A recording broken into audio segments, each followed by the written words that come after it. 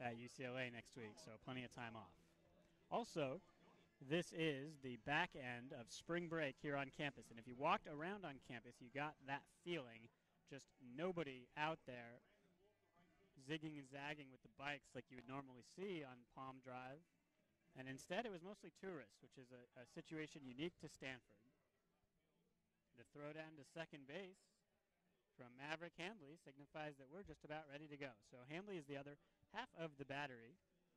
Elsewhere around the diamond, it looks like this. Jesse Kewitt gets the start at third. Horner, the everyday shortstop.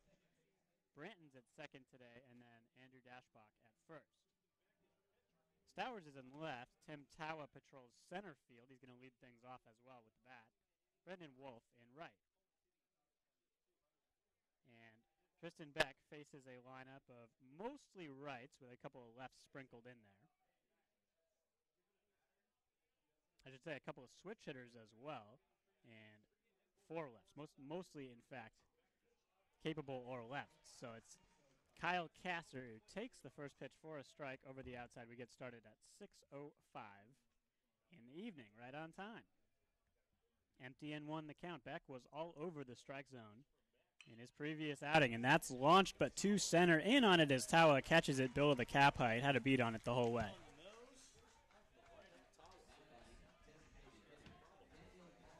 Daniel Patzlav, the 2 spot, and then Spencer Steer after that. Gabe Matthews will bat 4th. Jacob Goldfarb is the guy to watch for in this Oregon Ducks lineup. Even though he's in the middle of the lineup, he's a left-handed batted junior, batting .358. 24th start for Goldfarb. Ray Soderman in the 6th spot. Johnny DeLuca bats 7th. Ryan Nelson bats 8th, and Taylor Travis bats 9th. Pours in there for a strike. Empty and 1 now against Patzlav. Senior season for him, just the 10th start of the year. 39 at-bats recorded thus far. Inside, a ball and a strike. Steer and Matthews to follow. The umpires look like this. Chuck Lyons behind the plate. Eric Peterson at first. Travis Ringenmeyer at second, and Steve Hilgendorf at third. That's an off-speed pitch. Misses everything. 2 balls in, a strike now. Beck last week was close to perfect. And his statistics reflect that. And that's just foul. The other guy who was in that category was Chris Bubich. His ERA is top of the conference. See him tomorrow. 2.48 ERA, 29 innings of work for Beck. Opponents hitting .200 against him. A 2-ball, 2-strike count.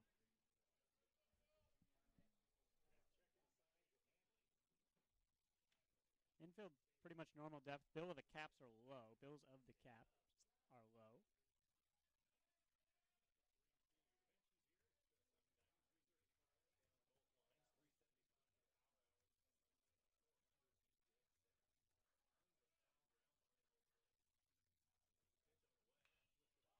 In the air.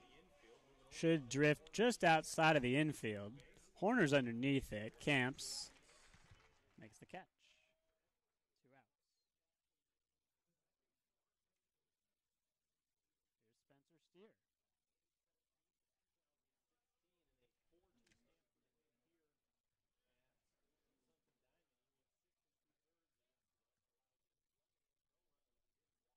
Colorful unis for the Ducks. Always a question of how many they will have. That's a check swing. Not even out of the box was Steer. This is going to be an easy inning for Tristan Beck. 3 unassisted. And it took just 7 pitches in total. We'll come back with the bottom of the first here in Palo Alto in just a moment. Scoreless game.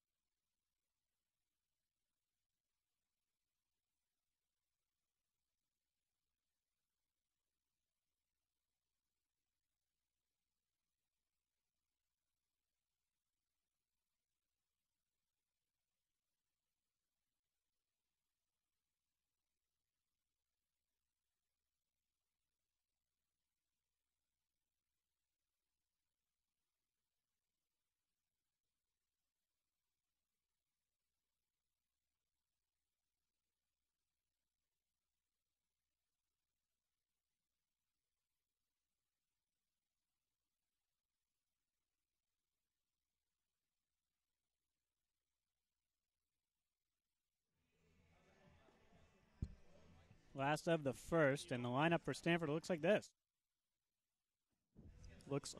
Sorry, I cut out there for a minute. Tim Towa to lead things off. Horner after that. Wolf in the 3 spot. Andrew Dashbach has had a heck of a year. Talked to his dad a little bit before today's game. Pleasant to catch up with him. Kyle Stowers in the 5 spot. Handley will bat 6th. Carter, Branton, and Hewitt rounded out. And they all face Kenyon Yovan. 3.37 ERA. 1-1 on the year. He was the everyday closer last season for George Horton.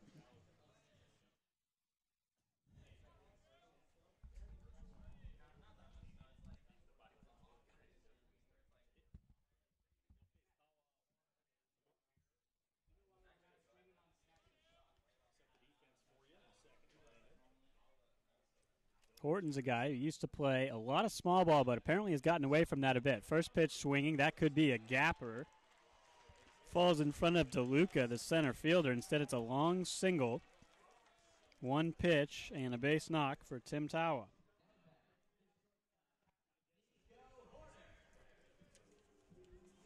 And here is Horner.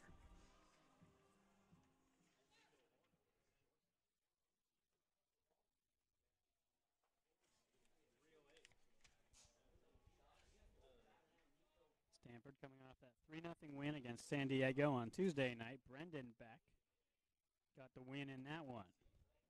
We got to see Will Matheson in his first appearance on the mound, at least this season. That's a get-me-over off-speed pitch of some sort. Falls in for a strike, empty and 1 the count.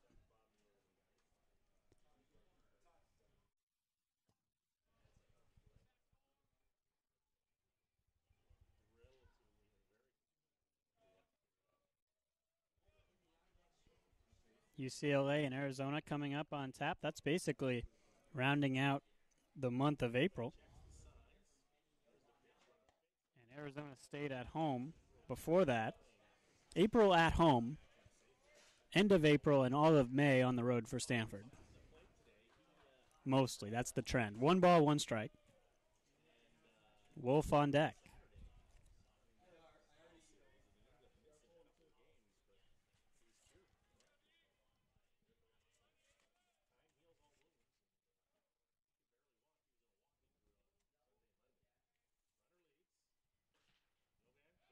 Flip throw over to first. That's a pretty good serve over there.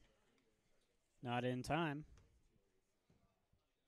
Did see a Stanford runner get picked off on Tuesday, very early on in the game. It was the first pickoff throw over, which is probably the most likely throw to ever get anyone.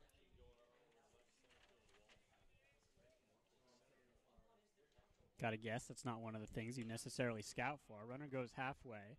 It's popped up into center field. DeLuca underneath. And that's out number 1.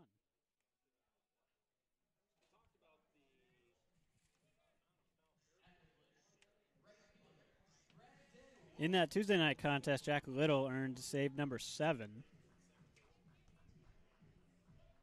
Stanford, as a core, comes into this contest with an ERA 1.96. Again, that's 1.96. Best in the country.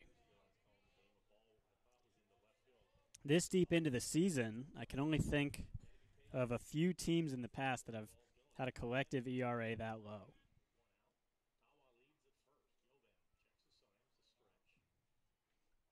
UCLA comes to mind in the Bauer years.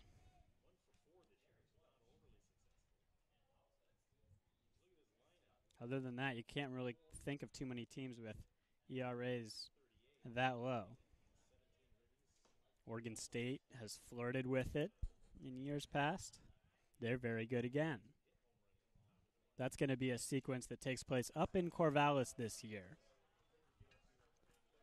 Specific dates will be the 11th through 13th of May, towards the back end of the baseball calendar.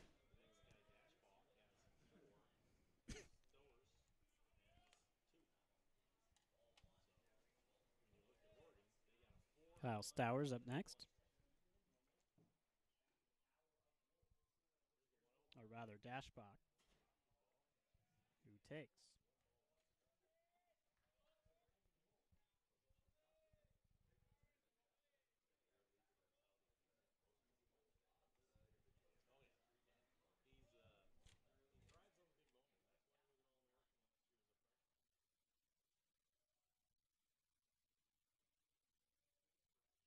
It's a lengthy process for Jovan. Here he comes to the plate. Over the outside for a strike. 1 ball, 2 strikes. Horner flied out to center. Tim Tawa took the first pitch he saw into left center for a base hit.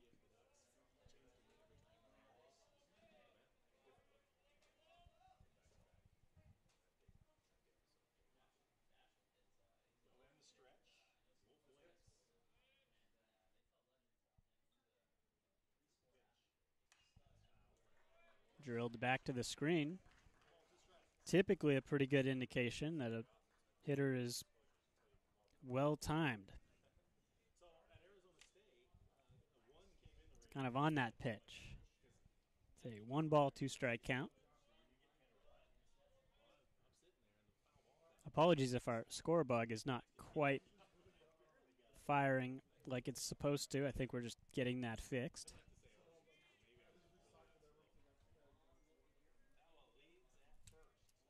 Thanks for tuning in on Pac-12 Plus, Facebook Live. That's popped up on the infield.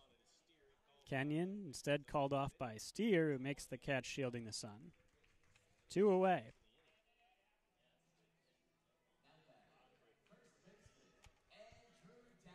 And here is Andrew Dashbach.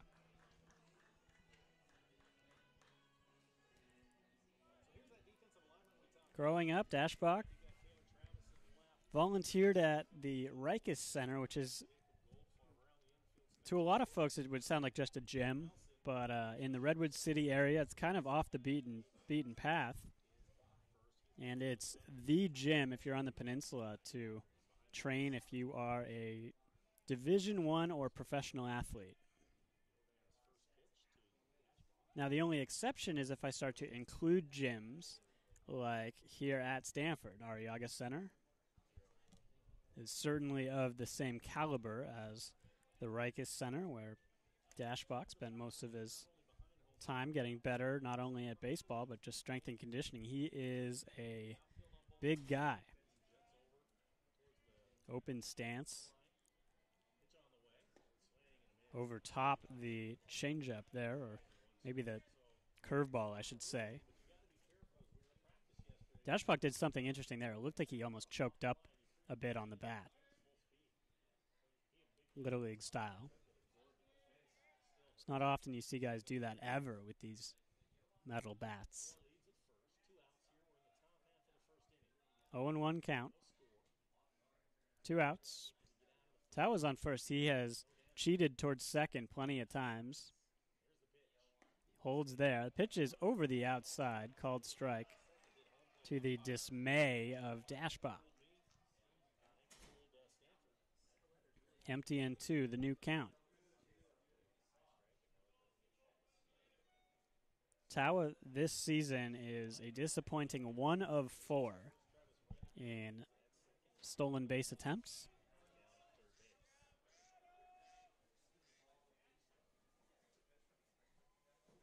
No other Stanford player has been thrown out more than once.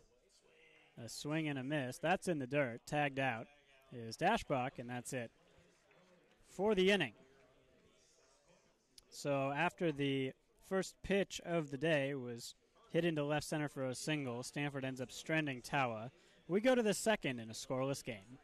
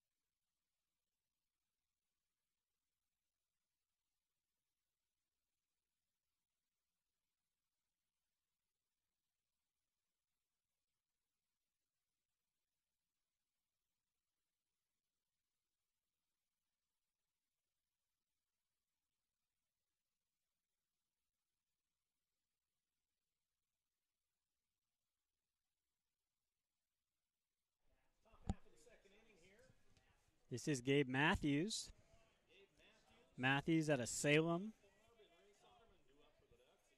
It's Matthews, then Goldfarb, and then Soderman. Pitch number 8 for Beck, and that is lined into right center field. A base hit, so the two teams trade leadoff hits. This here in the top of the second, Matthews is aboard. Hit number 24 on the season for Matthews. And here's the guy to really watch for, Jacob Goldfarb. Not only is he having a very successful year, the junior is a guy that was always prospected to have an amazing year. And he was a guy who got major league looks out of high school, very high up in the draft. Getting him to Oregon, very much a steal for George Horton, a guy out of Scottsdale, so he's not an in-state recruit. And that, a breaking ball that pours over, perhaps showing the respect for Goldfarb that he deserves as Beck decides to stay away, but just throw that plus-plus curveball that he has in and over for a strike, 0-1. See the scouts littering the kind of lower reserve seating right in front of us. A foul ball back. 0-2. Some of these scouts are guys I've recognized from 10 years ago, and they're guys that are senior scouts. Very senior. So this is a matchup they're really going to pay attention to. 0-2. The pitch just outside. The setup was outside from Handley.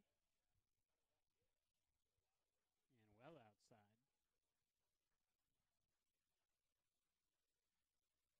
Try to get a cheat off someone's radar gun as well. And if you're interested in stats for this game, you can go to GoStanford.com and click right next to the watch tab. There is a stats tab. That's going to be live stats up to the second.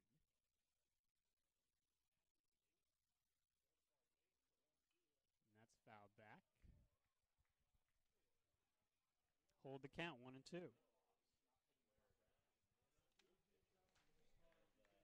At first pitch, it was in the low 80s. Expected that it's dipped into the 70s now. That's what it looks like, high 70s. An almost perfect day for baseball. Not a cloud in the sky at any point here, even in the morning on Stanford campus. It's a shame none of the students were around to see it. That's strike 3 called. As indicated by home plate umpire Chuck Lyon, Goldfarb stands there for a second, but will make his way back to the dugout. And that pitch just beat him. That was not a close pitch. It was right down meridian. Put a star in the book around that strikeout.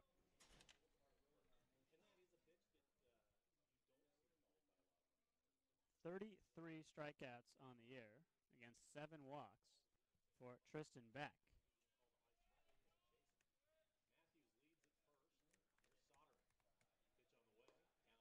That's a sweeping, moving fastball that was just low and outside. Right, Ray Soderman, then Johnny DeLuca. After that, it's Gabe Matthews on first.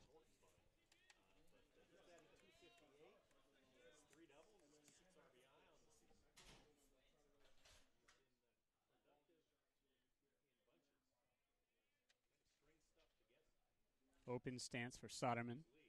Back of the box he stands. Throw over to first is a good one. Dashbot can't hang on to it. Wouldn't have mattered. Safely back was Matthews.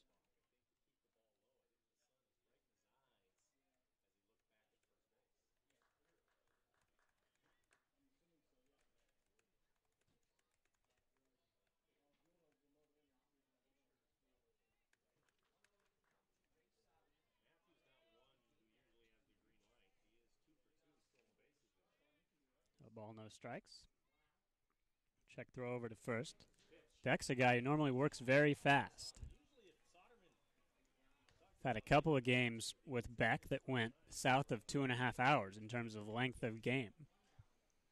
Especially from the wind, he does not take his time. Just gets on top and fires. Chris Bubich tomorrow. Eric Miller, presumably,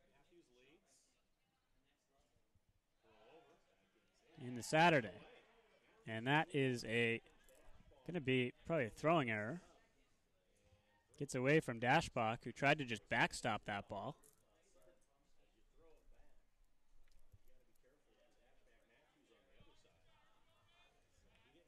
Indeed, it's an E1.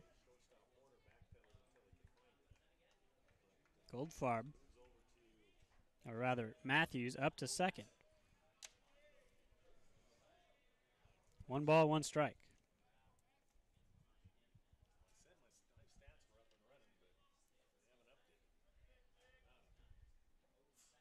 Matt Mercer going to start tomorrow. That's a liner, and it was right over top the second base umpire. Made it a tough play for Branton, but he gloved it anyway. Well played, Bo Branton.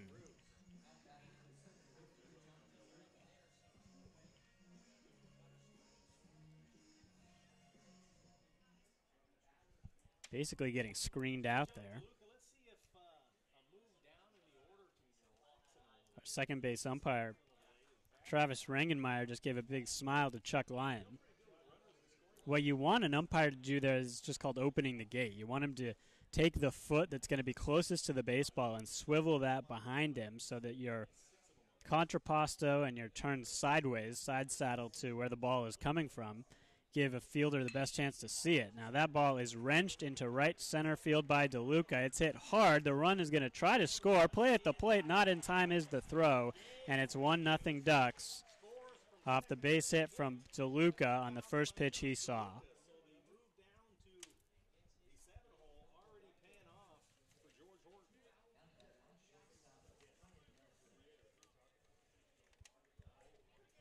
And here's Nelson. Sophomore out of Henderson, Nevada, basically Las Vegas, if you're familiar with that area.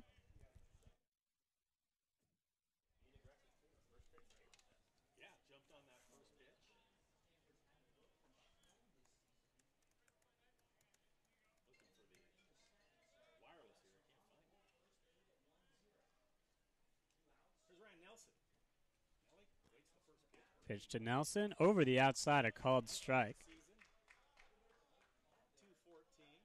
Fell in there just barely.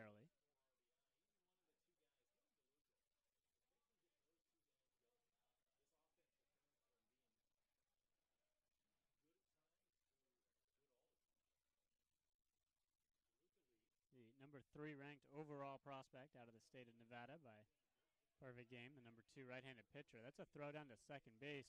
Not in time, and then it skips off of DeLuca, who's going to slide into third.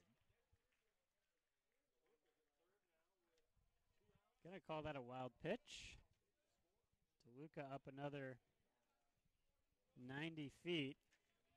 Not to mention how relevant the first 90 feet given to Gabe Matthews now is off the throwing error by Beck. Kind of a rough go of it for Stanford. Already a couple of defensive mistakes. One by Beck and now one by Hanley here today. Hanley kind of got unlucky because that ball careened off DeLuca. And that's a swing through. 1-2 count now.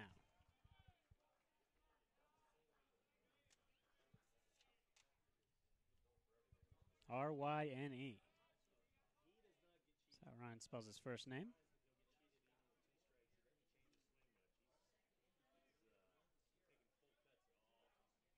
Curly hair out the back of the helmet. Pitch to Nelson is outside. Levels the count, 2 balls, 2 strikes.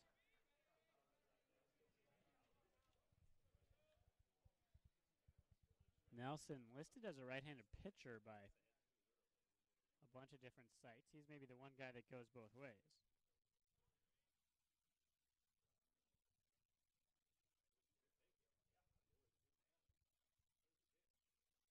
And that's a chopper. Beck's going to have a hard time with this one. Off the back foot, throw to first. Dashbach able to grab it. And Stanford gets out of the inning, giving up just the 1. It's a run on 2 hits, 2 errors as well, 1 left on base. And we'll take it to the bottom of the second with the Ducks leading 1-0.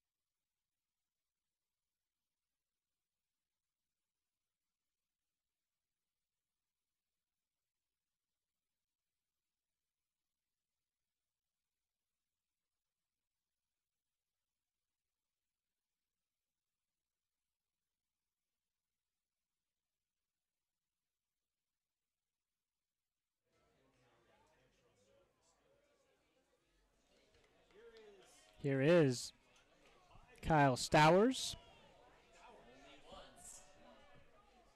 It's Stowers, and then for Stanford, Hanley and Carter, and the first pitch swinging, backhanded at first. Matthews going to take it to the bag himself. 1 away.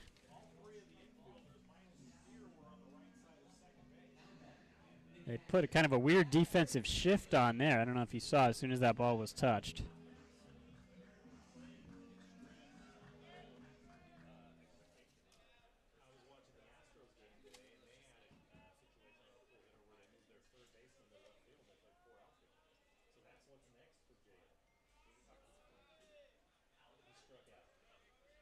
Here is Hanley. That's a strike.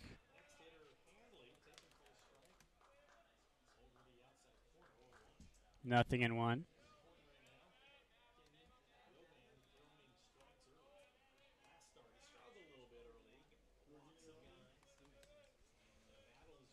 .270 hitter on the year. It's been a pretty good year for Hanley. Average has ballooned about 60 points in the last 10 games or so, as that's a check swing foul. He, for most of the duration of Tuesday's contest against USD, was at third base and then came in to catch Jack Little. And that's a scenario that certainly David Esker's not unfamiliar with. He's coached guys like Andrew Knapp at Cal, a catcher who I believe is still in the Phillies organization, but he was a right fielder / catcher type of a situation, could play most of the positions around the diamond, and in fact played most of the positions in one baseball season. I think he played 8 different positions. How they slotted him in at second base and shortstop, I don't know. 63 at-bats on the year for Hanley. He's scored 13 runs for this team. Oh, that is a heck of an off-speed pitch. A swing through, and for Jovan, that's strikeout number 2.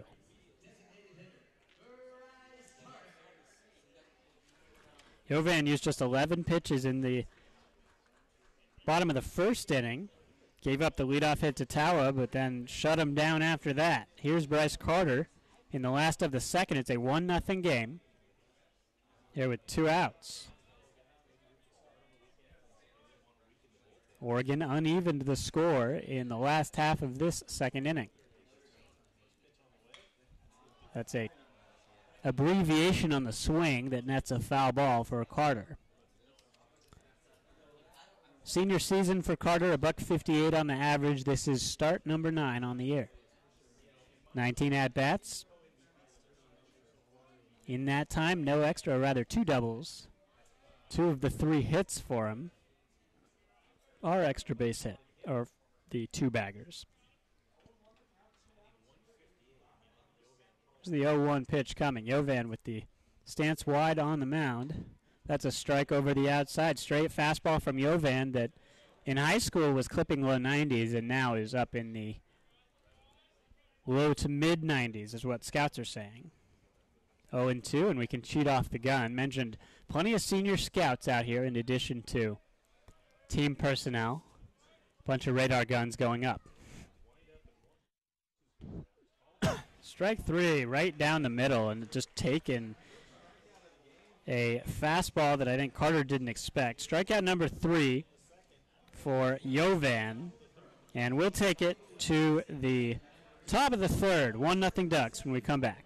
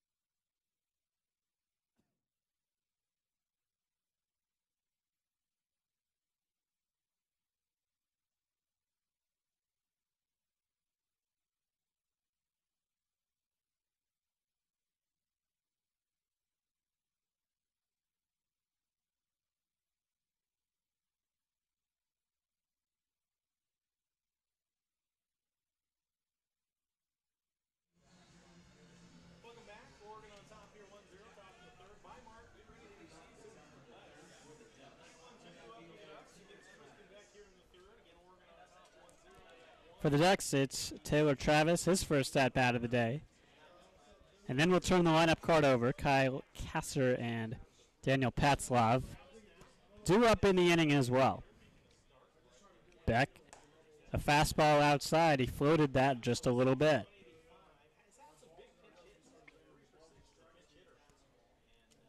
Beck, one of the guys on this Stanford squad that you really expect big things from despite the year sitting out.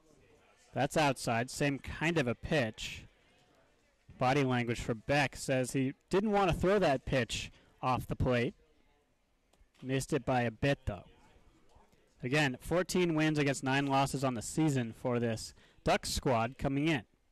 Stanford, 18-2. They take just outside, 3-0, a little closer this time, but I would imagine Travis going to auto-take here.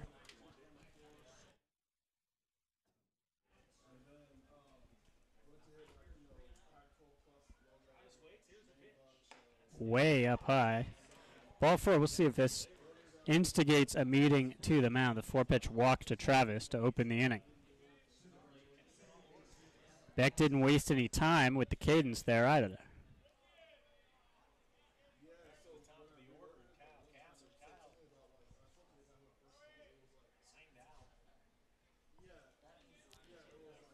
Empty count. Kyle Kasser in his last at-bat saw 2 pitches and flied out to Tim Tawa. Fairly well-hit ball that brought Tawa in. No real breeze to speak of on this cloudless day in Palo Alto. It's a first pitch breaking ball, pours in for a strike. It's interesting that Beck went 4 straight fastballs against Travis and goes first pitch curveball, gets the called strike against Kasser. Front end of the 3rd inning here in Palo Alto. It's Ducks by 1-0. Runner on first is Travis.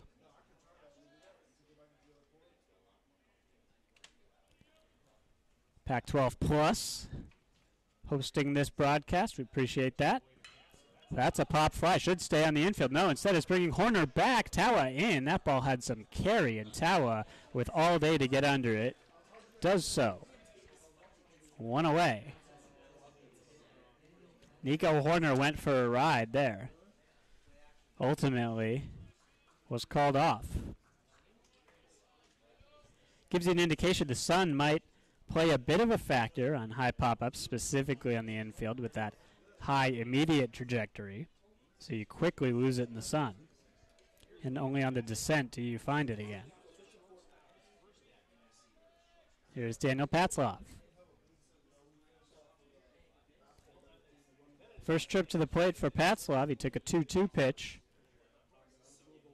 In the air on the infield, Horner caught it. And that's a strike. That was the fastball. It was over the outside third, maybe, or on the black, kind of splitting hairs, to the number 2 hitter who's batting .225 on the season.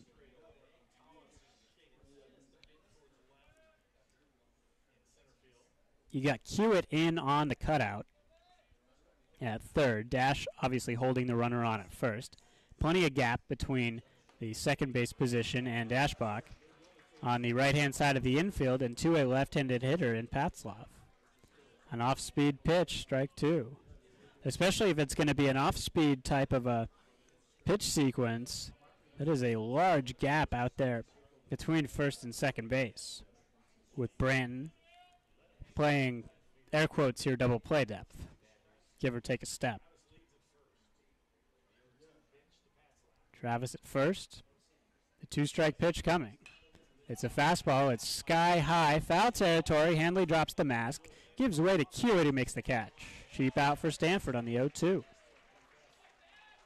0 for 2 trips to the plate is Patzloff.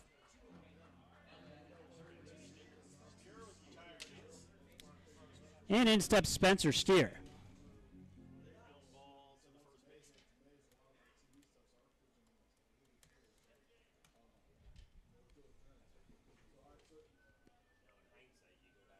Out of Long Beach, California, originally.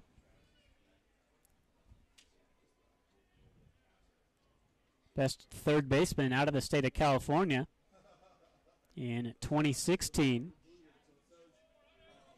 As such, an everyday starter in just his sophomore season.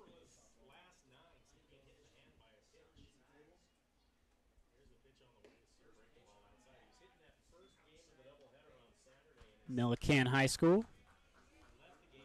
Pretty compact frame.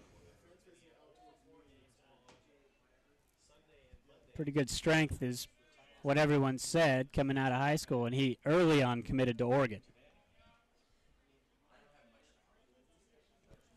When you go up to Eugene, the facilities in Oregon are nothing to shake your head at. A 1-ball, no-strike count. The runner goes, the pitch is a strike, the throw is way high, and because of that, not in time. Over to cover was Branton, and he almost landed directly on Travis. He appears to be okay. Travis might be the one that's shaken up. He'll take the helmet off and walk it off behind the bag. He looks to be okay. He's walking around. For Travis, that's just the first stolen base of the year. First attempt as well. He had a very good jump. If the throw was on the money, though, or even hip height or lower, it was for sure an out. Instead, Branton had to kind of sky up in the air, and even still came down and almost applied the tag correctly. That's a ground ball up the middle. It's going to get through. And Steer got a heck of a jump. The throw-in is cut off, and it's 2-0 Ducks. Travis, after the stolen base, comes through to score. 0-1 count to Steer. Plugged that ball into left center field.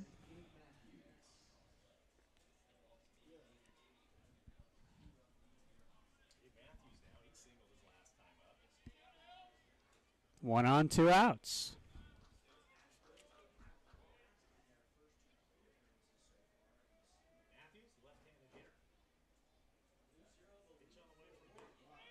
And the stolen base, kind of a delayed effort. It was a low throw, a good throw, and the tag applied. And hats off to Nico Horner, who ends the inning right there. So Matthews saw one pitch, but he'll come back up when the Ducks come up in the fourth. It's 1 run on 1 hit. No errors, nobody left on base, and Stanford bats coming up, trailing 2-0 here in the bottom of the third.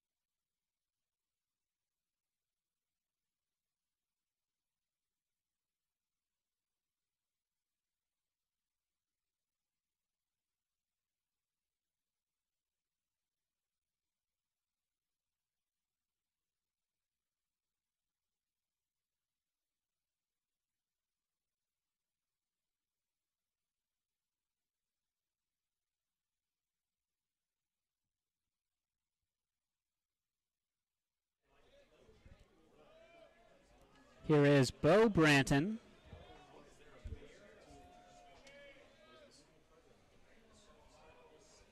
Branton made that nice play at second. Didn't result in an out, but the stolen base in the last half ultimately scored Taylor Travis. And that's George Horton ball. You're going to steal a lot of bags and you're going to bunt a fair bit. He's kind of laid off the bunt in recent years is what I'm told, but that used to be from when he was down at Fullerton to now up at Oregon, his MO. And that's a top spinning, hooking single into left center. Second pitch that Branton saw on the 0-1 count. And the 8-hitter is alive and at first for Stanford. 2-0 Oregon. It's the bottom half of the third inning here in Palo Alto. Spring break, students going to start feeding their way back in, I would imagine, on Sunday. It's Easter Sunday, which is one of the reasons why I think a lot of students don't necessarily come back early.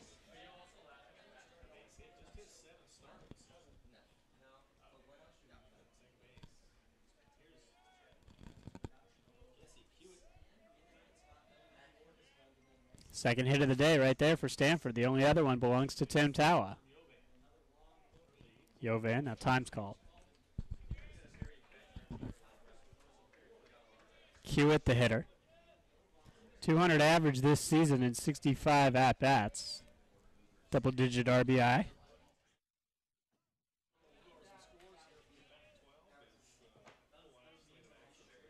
Monday contest for Stanford is against Gonzaga. Then Tuesday at Santa Clara. So it's one of the busiest two-week stretches of the year for the Cardinal. You got USC in a 3-gamer, San Diego in the midweek, Oregon early with the Thursday, Friday, Saturday. And that's just inside. And then Gonzaga and Santa Clara Monday and Tuesday. So you get Sunday off, which is non-standard.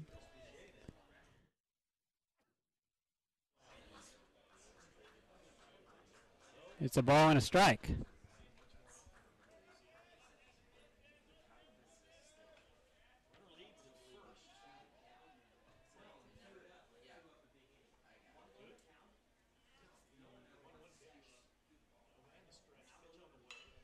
And that's chopped foul. The ball, 2 strikes.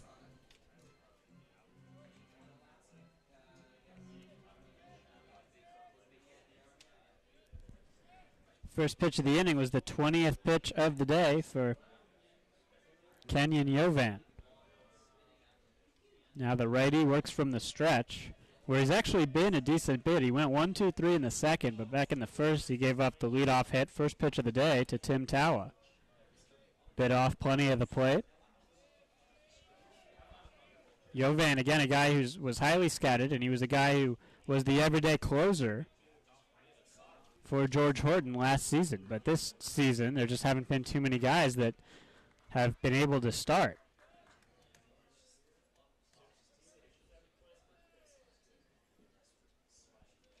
6'3", 220 or thereabouts for Jovan.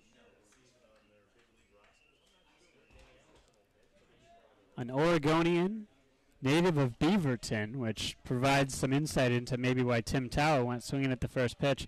Beaverton and West Lynn not that far apart. Both suburbs of Portland.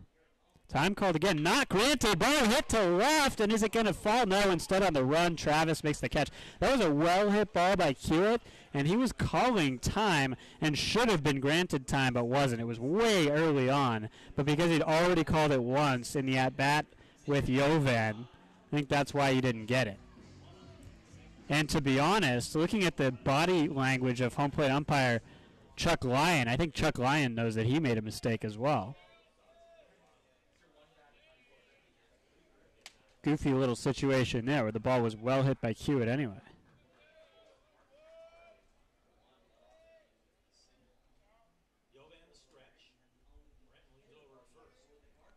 That pitch is flied behind us. Empty and won the count, and this is Tim Tower. So he's seen 2 pitches today and swung at both of them, and he was on the timing of both pitches as well. That pitch was out of the zone, and just by the way that Tim cut at that ball, I got to imagine he's got a pretty good history against Kenyon.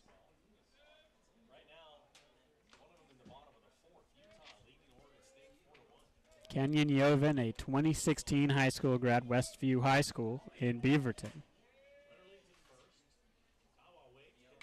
Tawa fouls one back.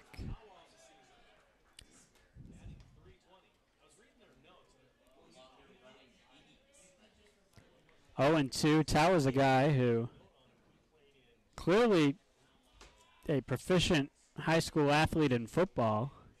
He's a guy, the way they do things with the OSHA, the Oregon high school system, it's 1A, 2A, 3A, 4A, 5A, and 6A, I believe they have.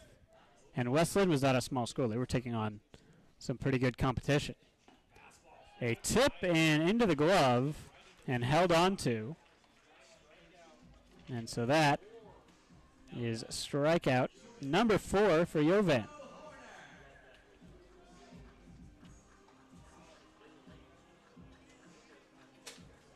Little things like hanging on to that ball may be the difference in this game.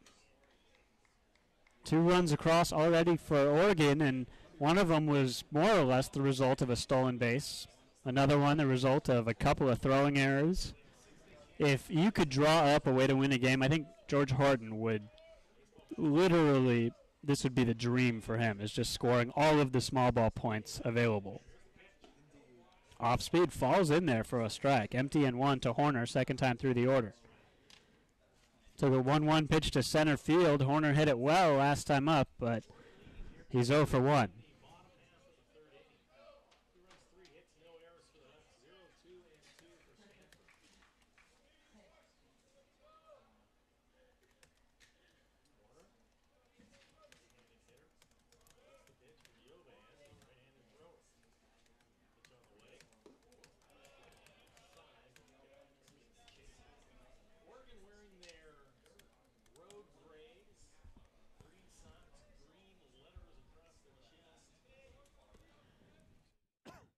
With the 6:05 start time, and we got started exactly on time, should be a pretty warm weather affair the whole way through. Shorts and a t-shirt, perfectly acceptable. And that's just low and a little bit outside. Audrey Prue did the national anthem today, and probably just walked right over to Maples Pavilion to do the national anthem for men's volleyball after that. A couple of seasons winding down here on the farm. Plenty of seasons midway through or really getting going. Lacrosse also going on. Other than that, basically everyone off campus as that pitch is inside. 2 balls and a strike now to Nico Horner. Wolf's on deck.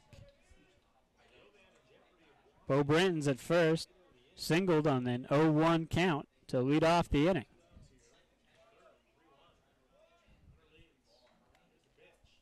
Way outside on 3-1.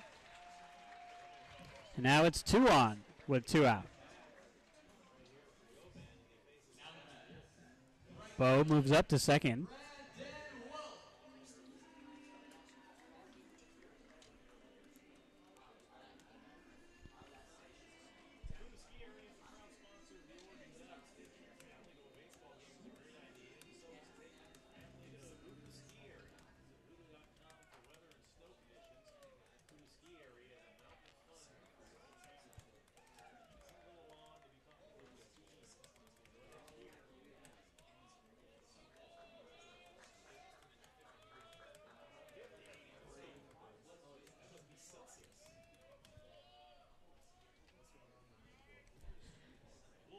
Two outs, 2 on. The pitch to Wolf. Bounces in the dirt. That was just spiked on the plate. Blocked down well. And it's mercifully just 1-0. The runners hold. Flied out to third base did Brandon Wolf in his last at-bat.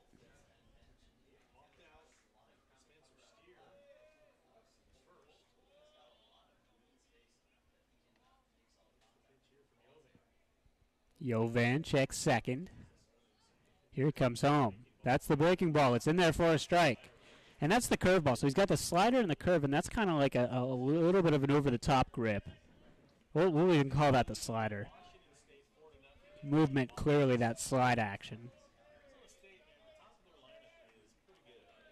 1 ball, 1 strike. Scouts say it's plus, which means on the 20-80 scale it is up there, well north of the 60-point mark, and a pitch that's major league ready already. One of the questions with college is a little bit of that is dependent upon WAR, wins over replacement. You want to sit around 3 in the WAR category to have a plus category pitch. And in baseball, the question is not how does the WAR compute, it's just what is the replacement, well, who's the average player in baseball? We were talking about that before the start of the contest with Do Young Park, who used to write for the Stanford Daily, did some broadcasting with KZSU. Once or twice on the web stream as the pitch is outside. 2 balls and 2 strikes, the count to Wolf.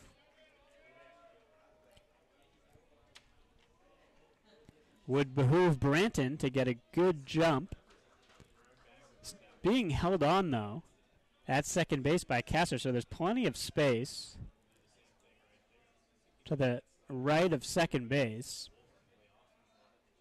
even as Branton takes off, so they're cheating to allow the hit to not allow the run. And that ball skips and is caught on 1 bounce by a fan.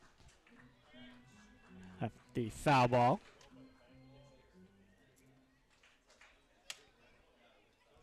Sixth pitch of the at-bat coming up to Wolf. It's been a pretty efficient affair for Kenyon Jovan. Start number 3 on the year. Mostly the closer. The pitch. It's back and over us. Count holds 2-2. The more pitches you can get this guy to throw, the better if you're Stanford. It's pitch number 7. Threw 11 in the first, 8 in the second, though. He's been efficient there.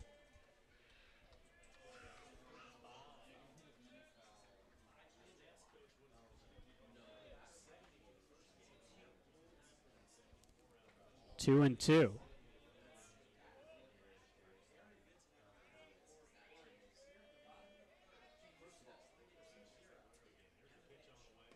In there, strike 3 called.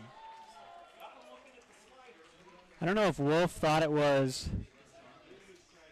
outside. He's talking to the home plate umpire as he gets back to the dugout, but that pitch looked to be right there. Pretty big spot, but it was just well pitched by Kenyon Jovan.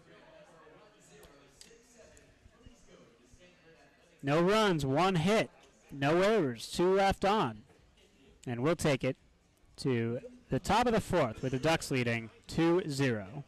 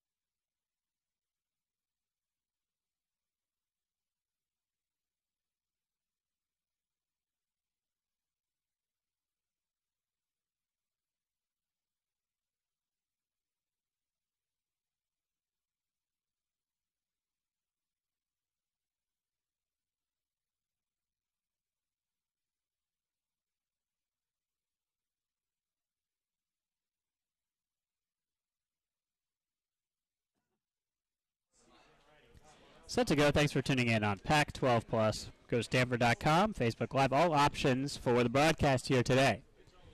Top of the fourth, that's a ball outside, 1-0. Gabe Matthews, the hitter, 286 hitter this season, at bat number 85. Is 1 for 1 here today. Matthews singled, stranded on second, back in the second. Or, pardon me, came across to score, in fact, back in the second. Was the first run of today's game. Facing a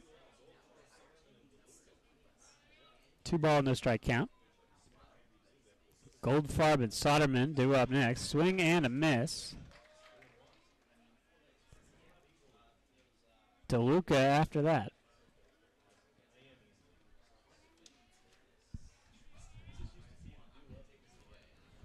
2 balls and a strike.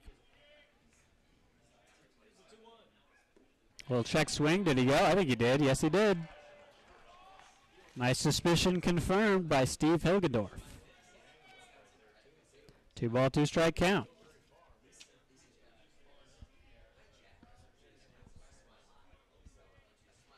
Nobody on, infield straight away. Maybe pinched a touch towards second base, or maybe not. That ball hit very hard into right field. Towards the 335 marker, it's into the trees.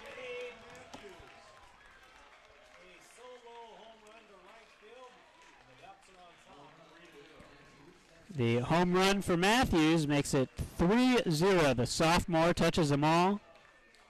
Second home run of the year for him. And it's a productive first at-bat to lead off the inning for the second time here today for Gabe Matthews.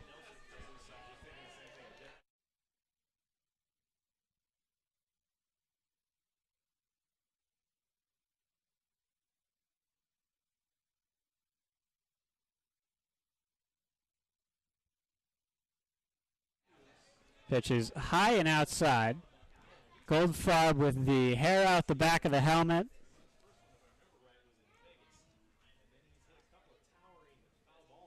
He's the guy who is maybe the power candidate in this lineup. Jacob, junior year, he started every game. 4 home runs on the year. That leads not only everyone on the team, but the team as a whole has exactly now 8 home runs. So he has 4, half the team's production. And one of those home runs was just a moment ago, given up to Matthews. 3 balls, no strike the count. The Ducks have done exactly this. They've scored a run in the second, third, and fourth. They lead it 3-0 on 4 hits. Goldfarb hit that very far. That is to the right of the 375 sign. Goodbye. 5th home run of the year, and it's back-to-back here for Goldfarb. Same spot.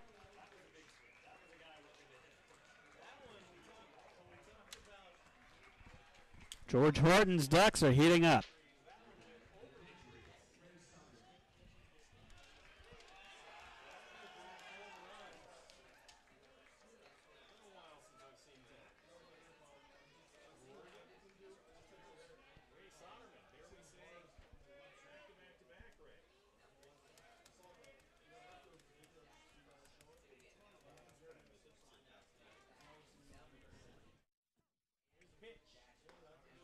Breaking ball this time falls in for a strike for Soderman.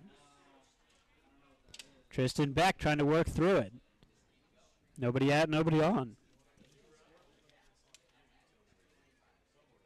Soderman, no home runs for him, and that's up the middle for a hit. 3 in a row, 2 of them home runs. This time just a single for Soderman. No action in the Stanford pen. We're in the 4th. It's a touch short rest for Tristan Beck here today.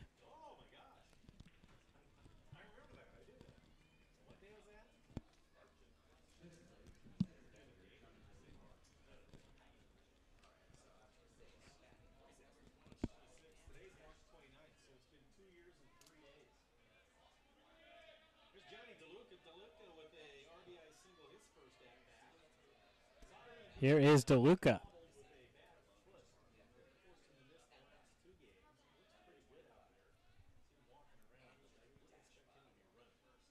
Tristan Beck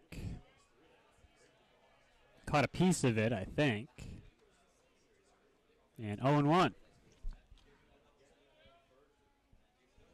Of course, this season, the pace of play guidelines have been put in place, including mound visits, 6 in total for a side, one of which was burned right there. After the single and back-to-back home runs to begin the inning.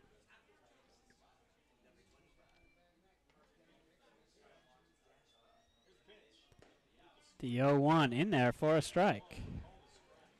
Might have been a little outside, maybe a touch low. Maybe both. 0-2 to DeLuca.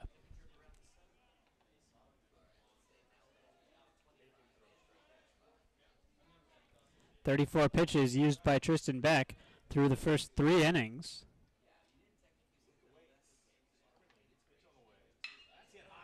The 13th pitch of this inning is hit very far to right field, and that's a home run, basically the same spot. All 3 of them. That one may be a little shorter, but it's also for an extra run, the home run for Johnny DeLuca.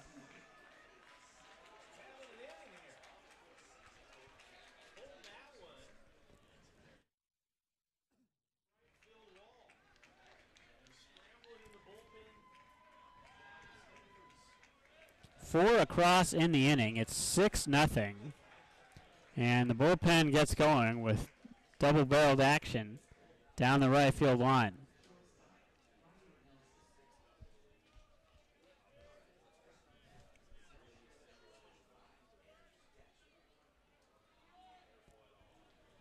Here's Ryan Nelson.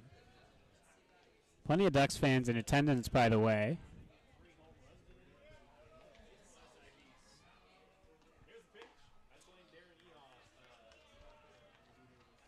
Of course, women's basketball in Eugene, the story of the year. That was a program that was run by Paul Westhead for a while. Just couldn't really find exactly the combo they wanted. Getting Matt Knight Arena just so good for recruiting up there in Eugene on Franklin Boulevard. Kind of the main thoroughfare in Eugene is Franklin. 0-2 count. Nelson grounded out to the pitcher. A slow chopper in front of the mound. His first trip up. Strikes out here, 1 away. All 3 home runs in the inning that were punctuated by a single from Ray Soderman went over the right center field wall, all to the right of the 375 sign and to the right of the marquee scoreboard. One of them had the distance to 1 hop over to Avery Aquatic Center. The other 2 probably fell in that little ravine right behind the paneling. That's a well-hit ball, caught in left field. And 2 outs. Taylor Travis walked on 4 pitches in his first at-bat, flied out on 1 pitch right there. F7 if you're scoring at home. Not much need to score at home, but if you like to do that sort of thing. It's 4 across already in the inning. And here's Kyle Kasser.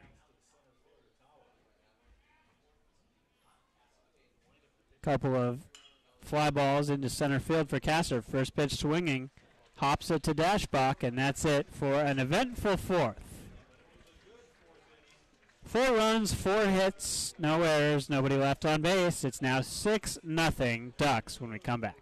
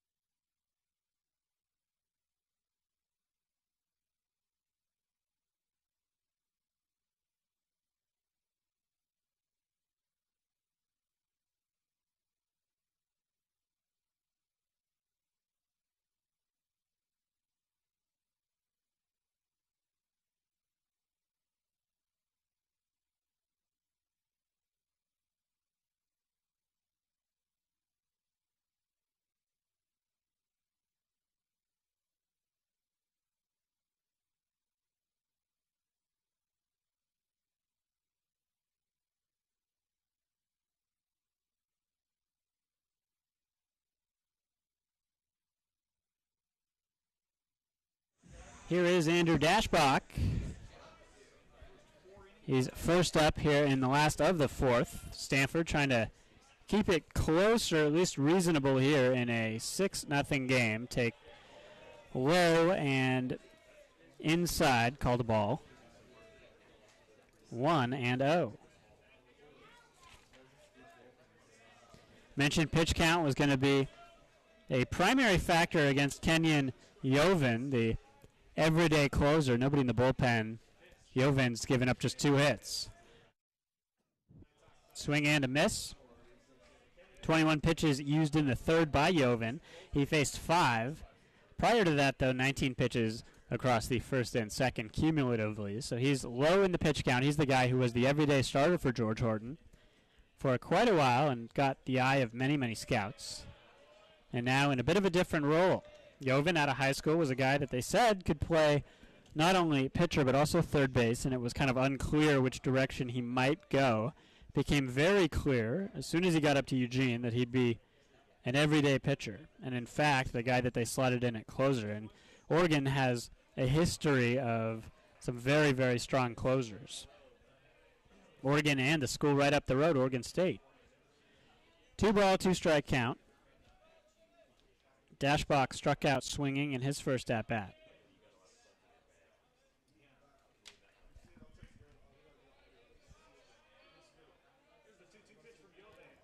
2-2, chopped back, hold the count.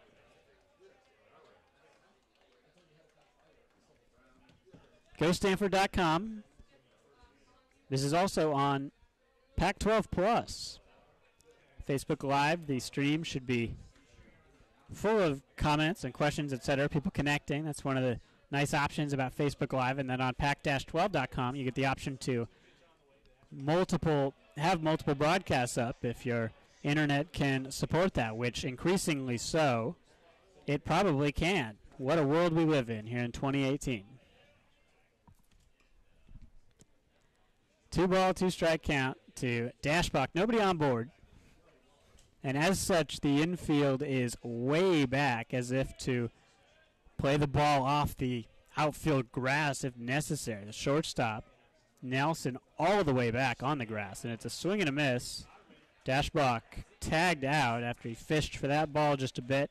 1 away here in the fourth.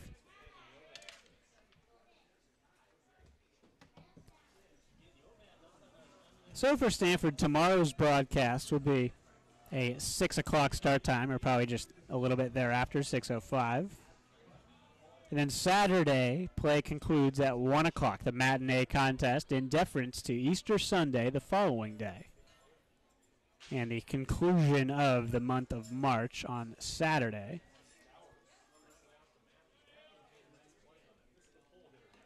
That's a strike over the outside. That pitch looked way outside to Kyle Stowers, but hey, it's called a strike.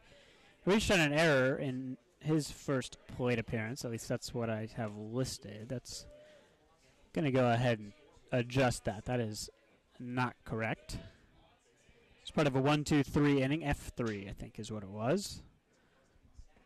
Pardon me. And he swings through an off-speed pitch there from Kenyon Joven. 0-2.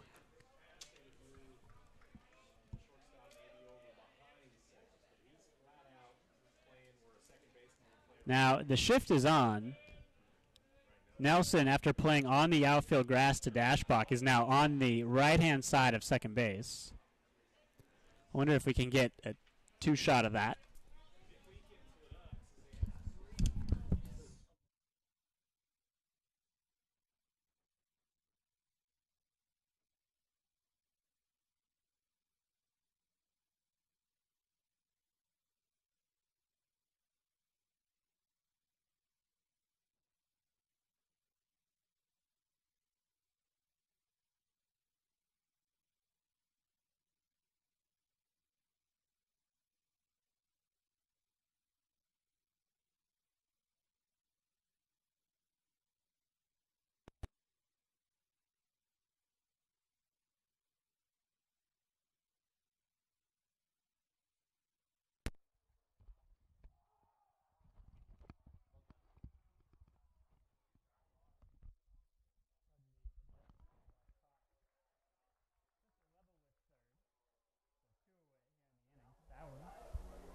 tired.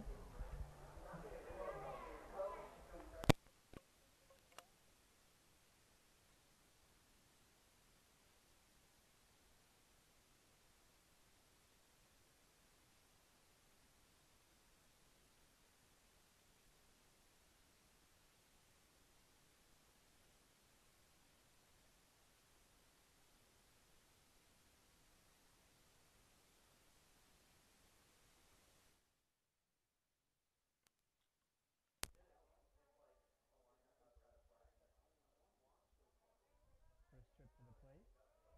Emily struck out swinging. Saw 3 pitches. 4 pitches, pardon me. Just a bit upstairs. Kind of a backwards fastball with a little bit of back spin on it. The movement is up. A rise ball and softball. 2-0. Made it with 9.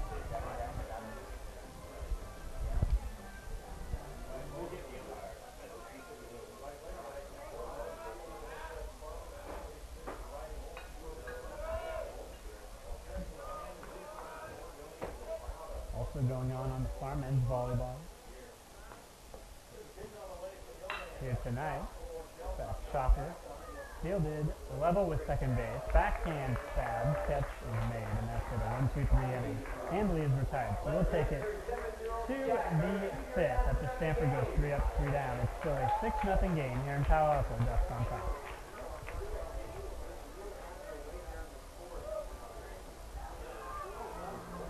Pitching change for Stanford.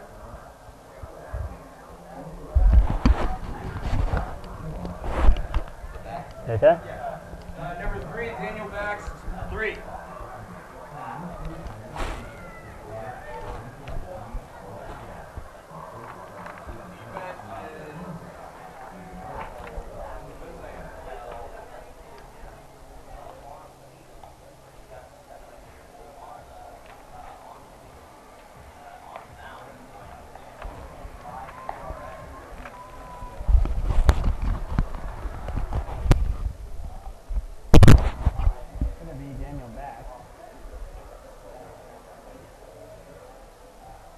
On to pitch, and it's going to be a situation where potentially long innings might be what he's called upon to deliver here. Now pitching for Stanford, number 3, Daniel Bax.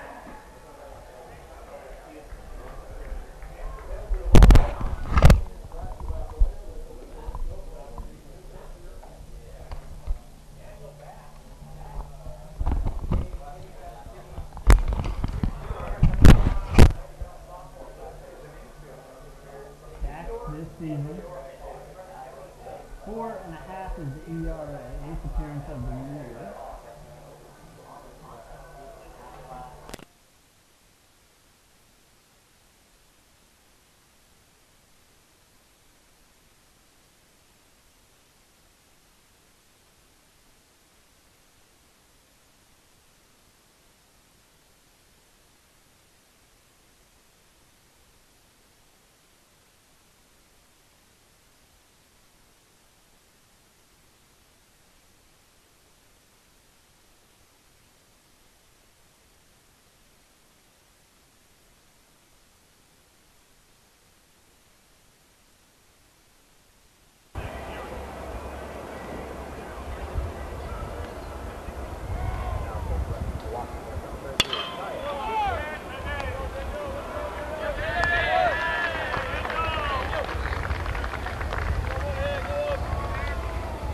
To the plate, third baseman.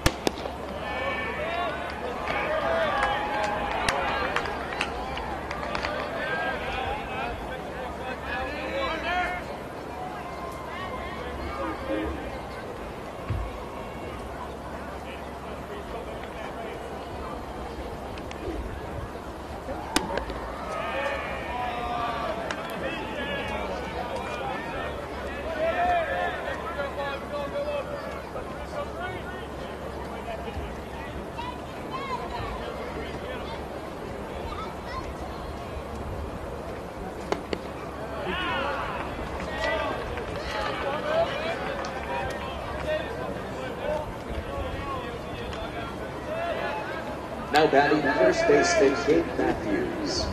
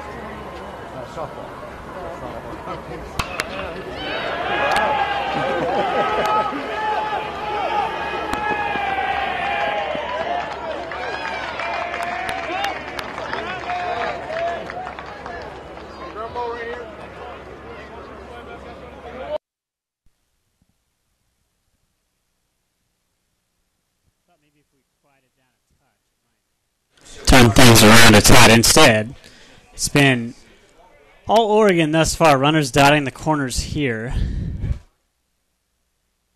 it is the top of the sixth. The 4 spot put up in the fourth. Before that, 1 in the third, 1 in the second as well. 8 hits on the board for Oregon bats, and here is Jacob Goldfarb. 1 of 2 with a home run today. It's home run number 5 on the season for him. Came in his last at-bat over the right center field wall.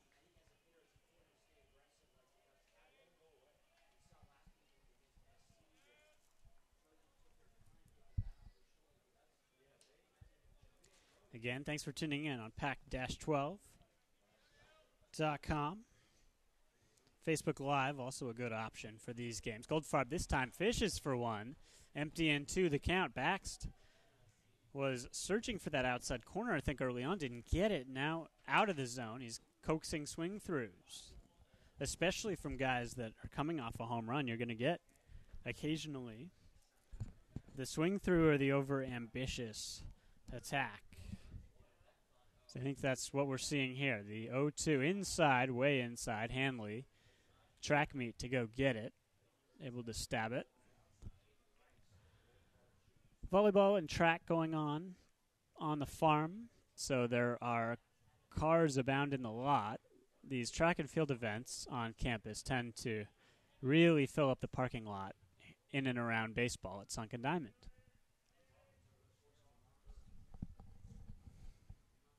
Six runs across already for the Ducks.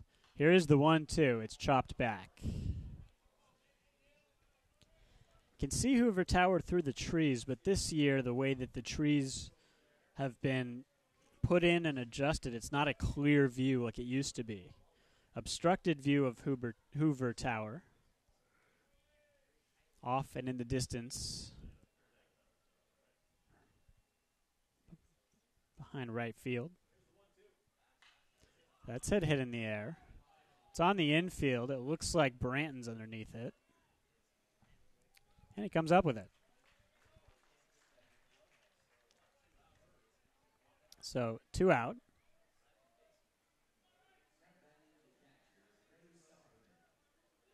Apologies for the lack of a score bug. 2 out, 2 on, first and third occupied. Here is Ray Soderman. Danville, California native. Danville is just kind of barely outside of the air quotes Bay Area. It's a bit of a trip to get there. You can take BART, but it's a couple different BART changes, which is the Bay Area Rapid Transit, which is anything but rapid.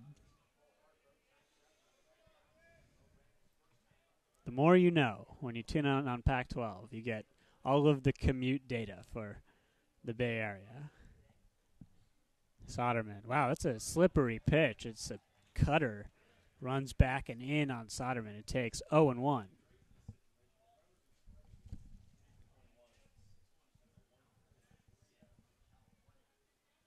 .64 at-bats on the year for Soderman. Guy who has only 8 RBI in that time, so that's a well-hit ball. At the wall, Stowers, warning track, makes the catch.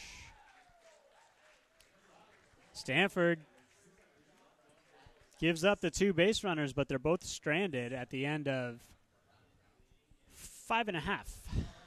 4.5, rather. We take it to the bottom of the frame. 6-0 Stanford when we come back.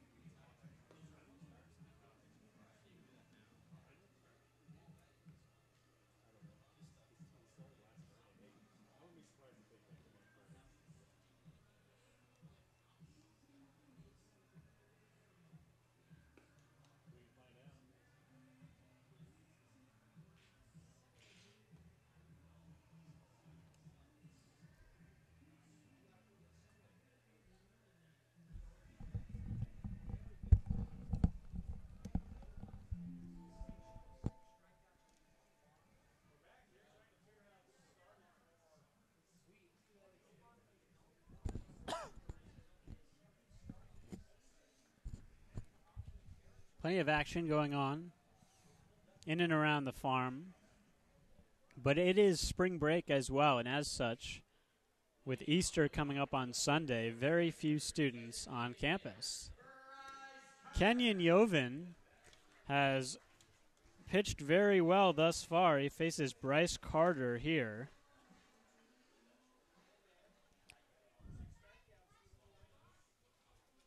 Yovan with a half dozen Ks. Went 1, 2, 3 back in the 4th, now here in the 5th. Looks to continue the shutout. He's given up just 2 hits thus far, facing the lefty. That is a well-hit ball. Kind of tomahawked, though. It's going to hang up there, and it should be playable in center. 1 out.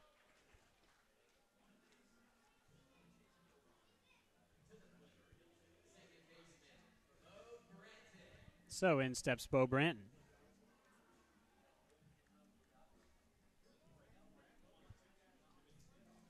Thus far, Bo is 1 for 1 with a base knock, led off the 3rd inning with a single.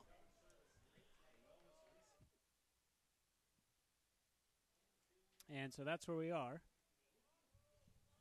here at the moment. 8 hits on the other side of the ball for the Ducks. They've capitalized with 6 runs, capitalized as well on 2 errors. Pitch was right there. Kenyon Yovan, one of the guys that has since come on in relief of Jimmy Sherfy as a closer at Oregon, and he was like the everyday guy for 4 years. And after Sherfy, there was no mainstay closer until, in fact, Kenyon Yovan took that role.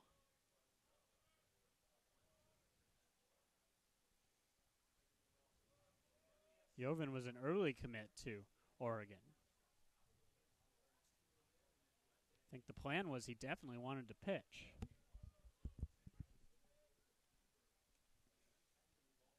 Knew after Sherfy there'd well be space. And there were a couple years gap, but again, that closer role not particularly filled in. For Stanford, Jack Little has been everything they've wanted and then some, contributing to Stanford maintaining the lowest team ERA in the country. Now we'll see if that changes tonight. Ball fouled back. I think the Ducks would have to put up a pretty big number to rearrange the leaderboard in that category.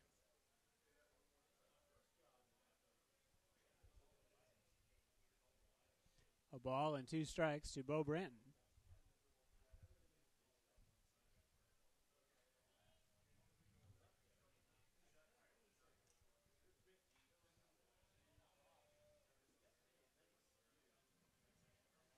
Kind of nice. You see the kind of dusky skies. In program on our monitor, it looks almost like the sky has some purplish hues, but to the naked eye, as I look at it from behind home plate, it looks like just kind of a calm, serene evening. The sky's not doing too much. The lights are not fully on yet.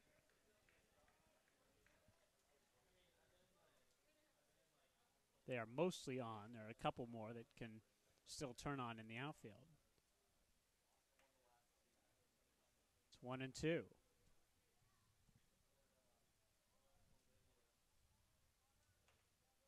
Branton. 1 for 1 today. A breaking ball. That's a ground ball. Shortstop. Gloved on the run. Throw over to first in time. 2 outs.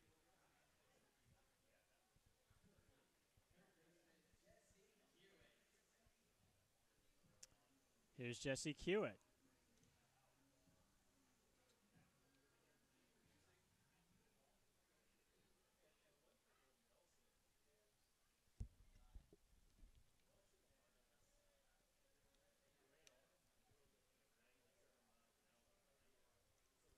Kiewit. Stands in. That's belt high, too high, 1-0.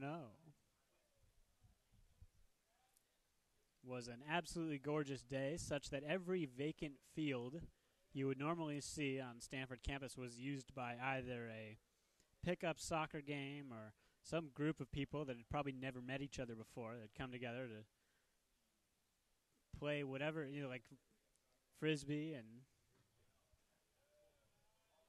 or flying disc or whatever they want to call it. And saying every field was in use is saying something, because the number of fields available are in the dozens at Stanford University. Over by the med school alone, there's 6 fields, starting with Wilbur Field as you get out towards the fraternity/sorority group living houses in Lake Lagunitas. Lake Lagunitas, of course, normally in the late 90s and early 2000s would have been a lake at this time, but certainly in the last few years with the drought, it's been just kind of a patch. Nevertheless, the best place on campus to find wildlife scooting around, certainly going to be Lake Lagunitas. This is, where were we? Jesse Kiewit facing a 2-1 count. Over top that one. 2 balls, 2 strikes. Did we lose anyone? Didn't think so. Thanks for staying tuned in. Pac-12 Plus, Facebook Live. GoStanford.com. The other Stanford sport in action that you can catch on web stream on Pac-12 is men's volleyball. Now that's just about to get started against Grand Canyon over at Maples Pavilion. They split time between Burnham and Maples, but they're getting going now. at Maples. No basketball interfering, and that's strike three called. That pitch was on the outside black, maybe. Kiewit is having a word with our home plate umpire as he walks back, and that's it. For the fifth, it's 6-0 Ducks when we come back.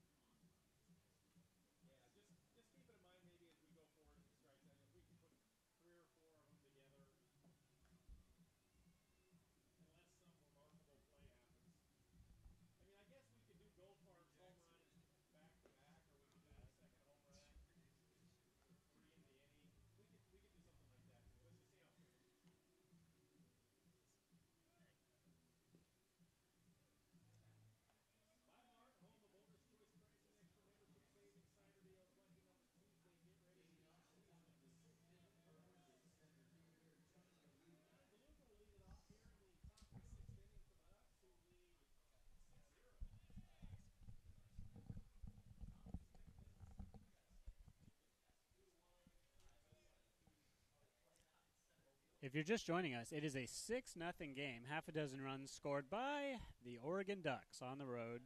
Facing Stanford, it's a swing through, 0-1. Johnny DeLuca, the hitter. Tristan Beck started it off. It's going to be Chris Bubich tomorrow.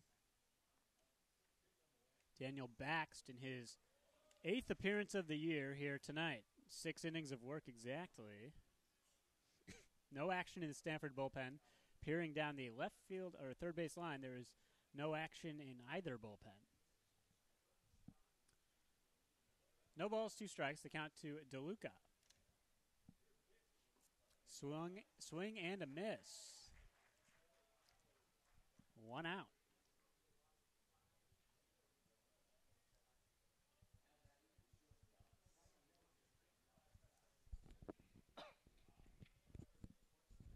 Plenty of meat left on the bone in this game, although Stanford certainly would very much like to get a run in the bottom of this inning and maybe uneven it a little bit. They've only got 2 hits.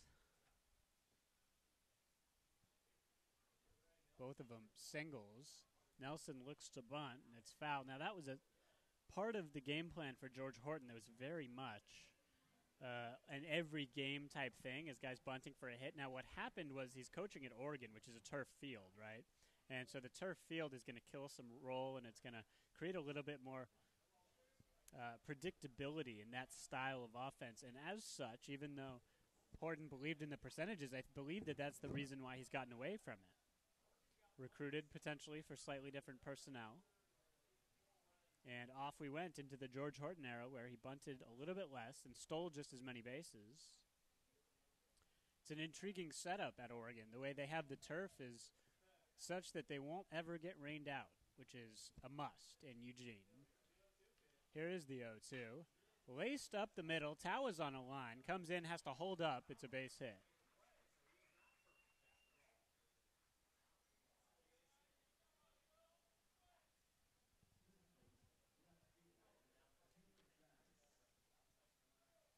It's the Elite Eight, or I should say the Elite Eight finished up, and on the 31st, the Final Four, Loyola, Michigan, Kansas, Villanova on the men's side, all coming up to conclude this month of March.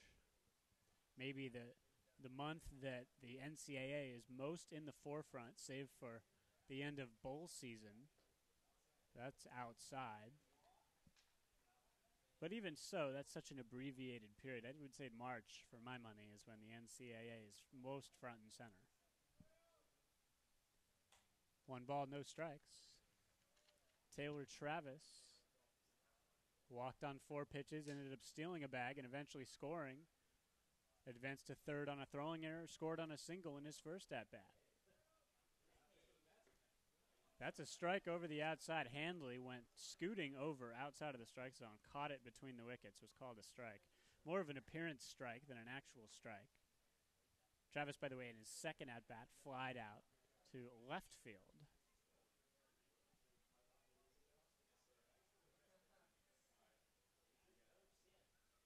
One ball, one strike.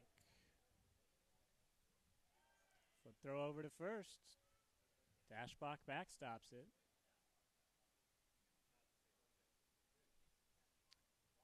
Still a 1 ball, 1 strike count. Infield double play depth. Maybe Bo Branton shading a little bit more towards second than he normally would.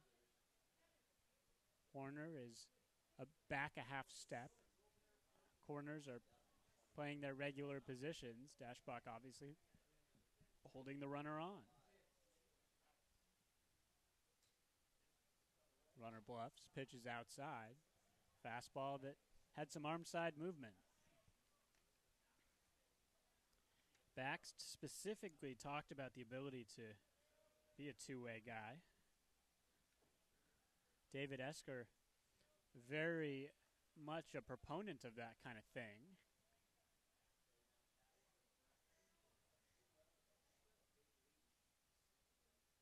Here is the pitch. Fanned at.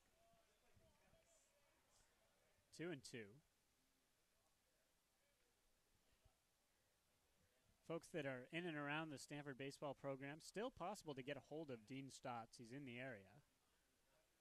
He's a guy that not only would we like to have Dean on the broadcast at some point, but always just fascinating what he is able to tell parents of players and people that are just involved in the program here locally.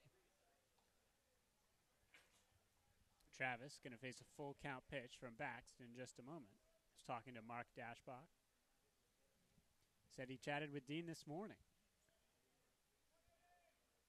Dean, probably one of the operative reasons that Andrew is at Stanford. Aside from, of course, Andrew himself. A swing and a miss. Throw down to second in plenty of time. It's a strike him out, throw him out. And that's it for the top of the 6th. Stanford rights the ship. No runs, couple of hits. No errors. 1 left on. We'll take it to the last of the 6th. It's a 6-0 game when we come back.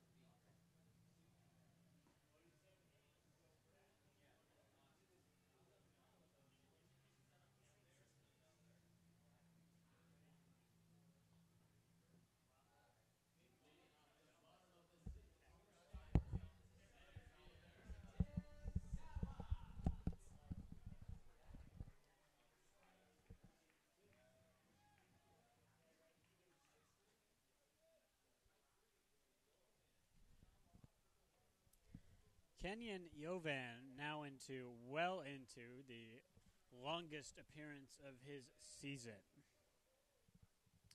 I mean, this is a guy that was an everyday closer that threw just the 1 inning. He was not a long guy in any stretch of the imagination. the knock on him was that control sometimes wavered, but there's a breaking pitch that slides in for a strike. Empty and one, the count to Tim Tawa, who for the first time today actually takes a first pitch against the new-found gem, the starter, Kenyon Yovan. Wide stance on the bump. He readies, kicks, fires. A swing through. Nothing in two. Yovan from the suburbs of Portland. Tim Tawa from West Lynn. There's parts of West Lynn that are almost feel a little bit into the countryside, and there's parts of West Lynn that feel very Portlandish. I couldn't tell you which part of West Lynn Tawa hails from. That's a little bit outside. 1 ball, 2 strikes. Stanford looking for that elusive first run. None in the first, none in the second, none in the next 3, and here we are in the 6th. Fastball floated upstairs, 2 balls, 2 strikes. Pitch was bill of the cap height is what it looked like. Broadcast on GoStanford.com, also Pac-12.com, Pac-12 Plus. Men's volleyball in action across the way at Maples Pavilion.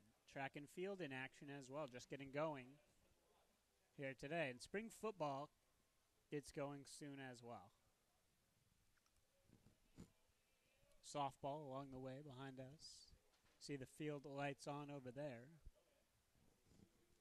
And the pitch fouled behind us.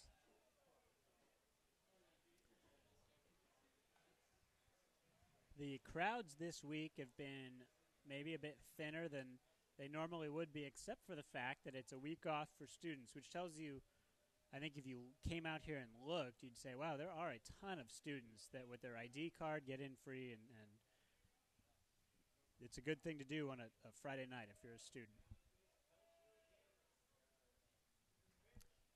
And a check swing, he couldn't hold up. Tawa down on strikes. So he's now 1 for 3 today. And just a quick bit of math here. It looks like that's now 8 strikeouts for Yovan. We get a pitch count update on him as well. And he'll face Nico Horner here with 1 out.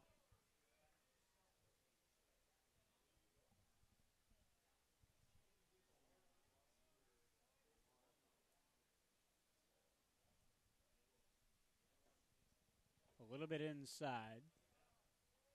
Horner has reached base today. It was on a walk. Flied out to center field on 3 pitches in the first inning. Wolf on deck. Dashbach after that.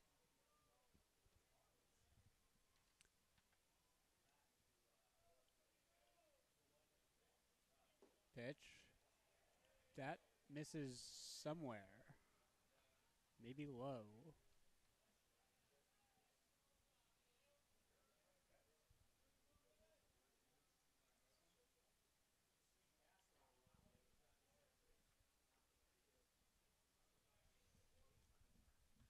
Two balls, no strikes to Horner.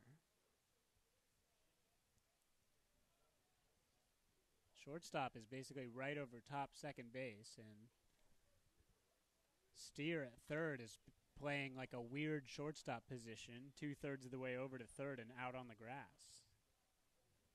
Horner, if he could somehow plant an 8-iron midway between the mound and third base, would have at least a single. 2 ball, 1 strike count. He's certainly trying to pull here. If he goes up the middle, it's not an automatic hit. And the outfield is peeled way to the edge and left. And that is up the middle, but it's going to be over the head of the shortstop, Nelson. A single, the 3rd hit of the day for the Cardinal. This time it belongs to Nico Horner. They've really had to claw in this one. Getting a run back here in the 6th. feels almost mandatory.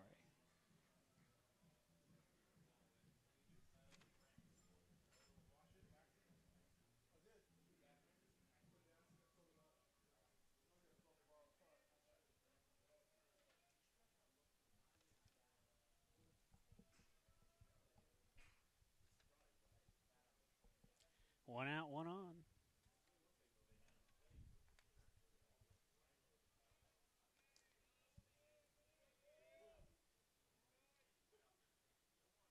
And Brandon Wolf facing the righty. There is now action down the line in the Ducks bullpen.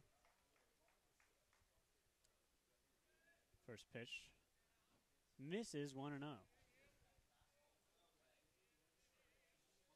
Pretty nice day in Palo Alto. It was also a decent day in Eugene. It's kind of the point where the seasons turn up there.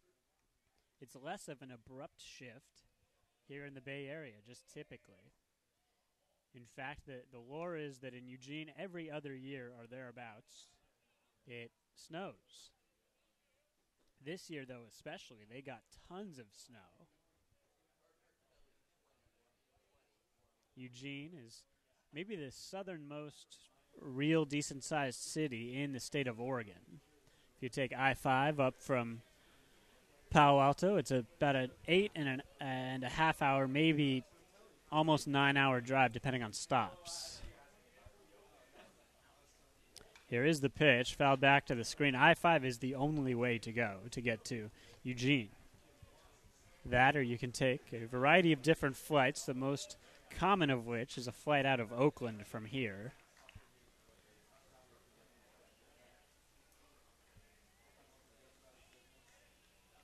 One ball, two strikes, one out. Brandon Wolf.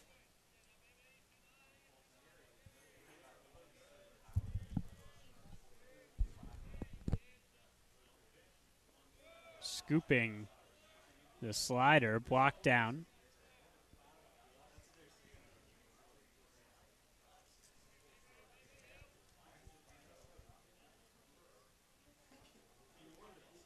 Typically this time of year for Stanford, there's always a plethora of Division I sports in action.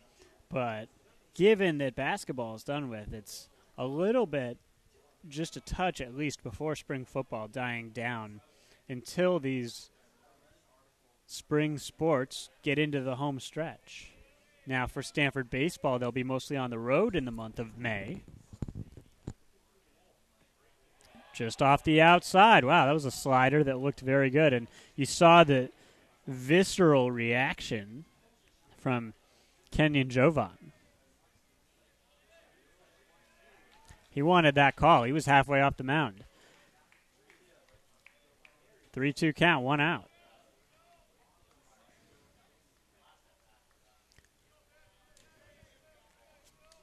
Wolf struck out looking earlier today.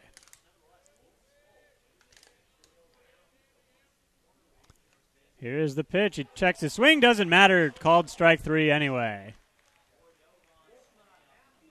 He's pretty unhappy with that, and home plate umpire peers towards the Stanford dugout. Only 2 losses on the season for this Stanford team. They're 18-2, perfect in conference.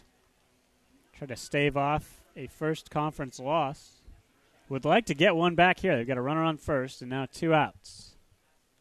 Dashbach in to hit.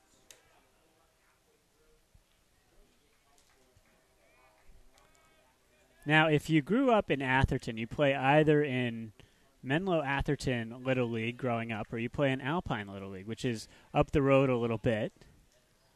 And geographically, it's, I believe, a touch ambiguous where you kind of belong, as that should be a pass ball, I believe. And it will be a pass ball.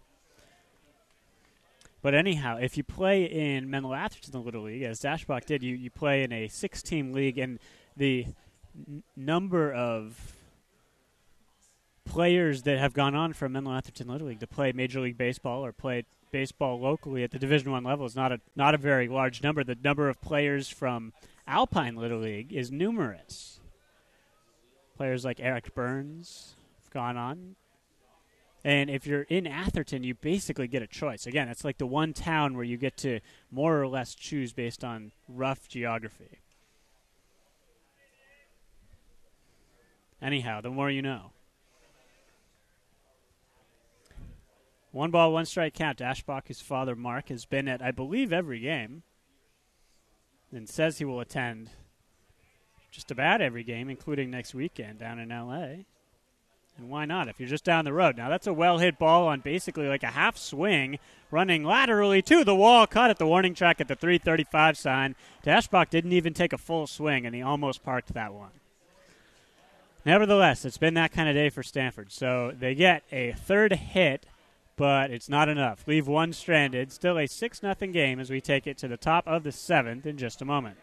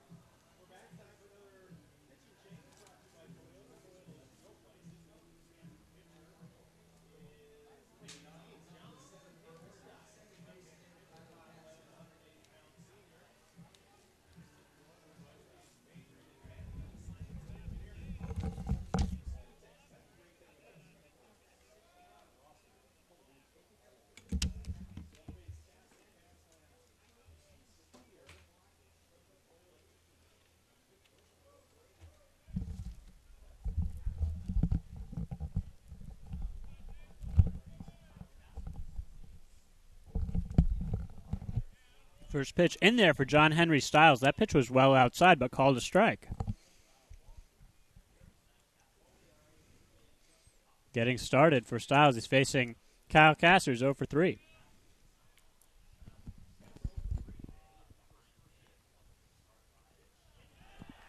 And that hit Kasser, despite his pirouette out of the way.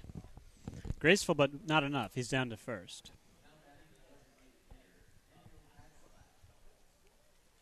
A little bit more on Styles this season. On in relief of Baxt. 1.5 ERA. 6th appearance on the year. Styles thus far has thrown just 6 innings, over which time he's given up 4 hits, 2 runs, 1 earned. Couple of strikeouts. Has only allowed 1 extra base hit. It was a double, and opponents are hitting 200 against him. That's a strike. It's over the inside third, knee high.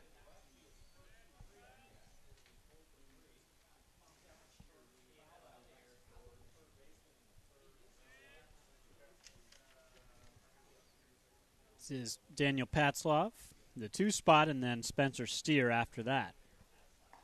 Well outside. 1 ball, 1 strike.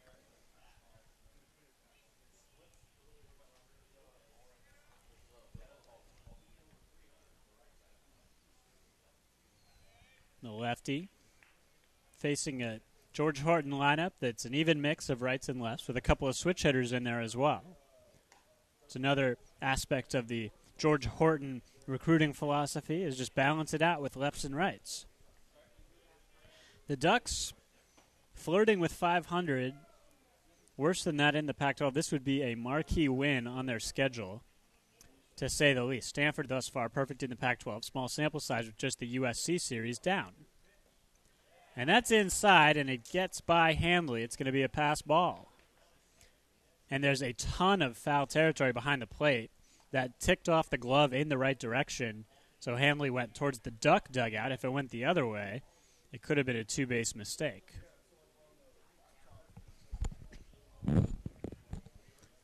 Could have been, usually wouldn't be, but it's still kind of one of those embarrassing things when it is a two-base mistake. And we've seen that happen a couple times this year. Not so much with Handley as he understands the real estate behind him, but oftentimes with catchers on the road. The home field advantage is the spacious foul confines at Sunken Diamond. Klein Field at Sunken Diamond.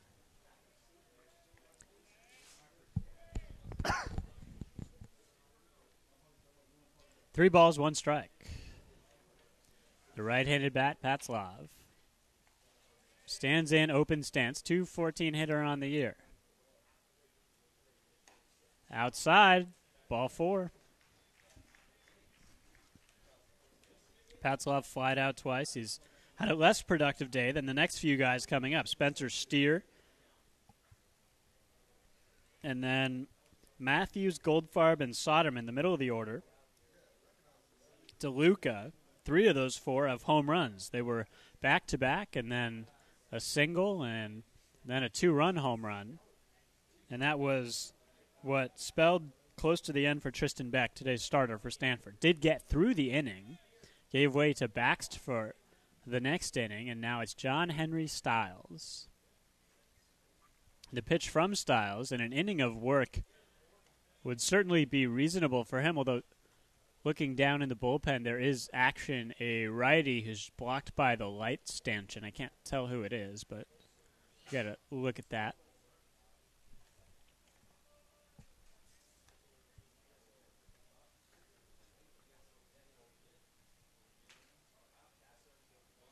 One ball, no strike count.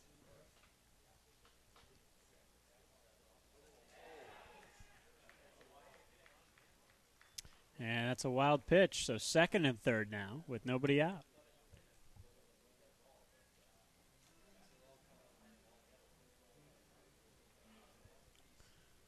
It looks like it might be Carson Rudd, I think is the indication, down there in the bullpen.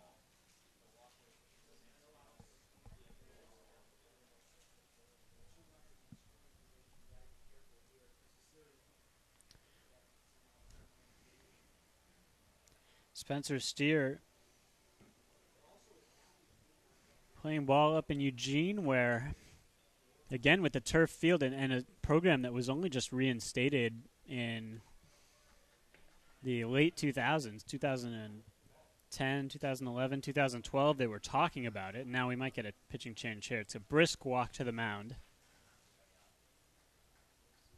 as if enough purpose to perhaps bring on a relief pitcher who we said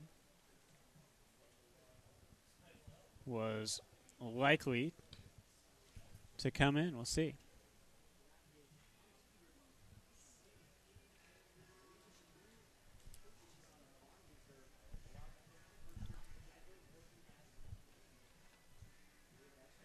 And indeed it is a call to the bullpen. So it looks like Carson Rudd, and we'll take the break and come back with the remainder of this seventh inning. 2 on, second and third, 2-0 count, and nobody out.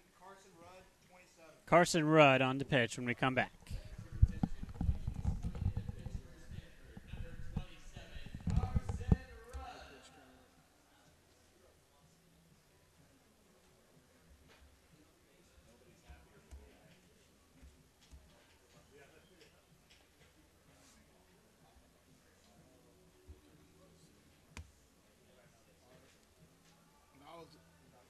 That's right.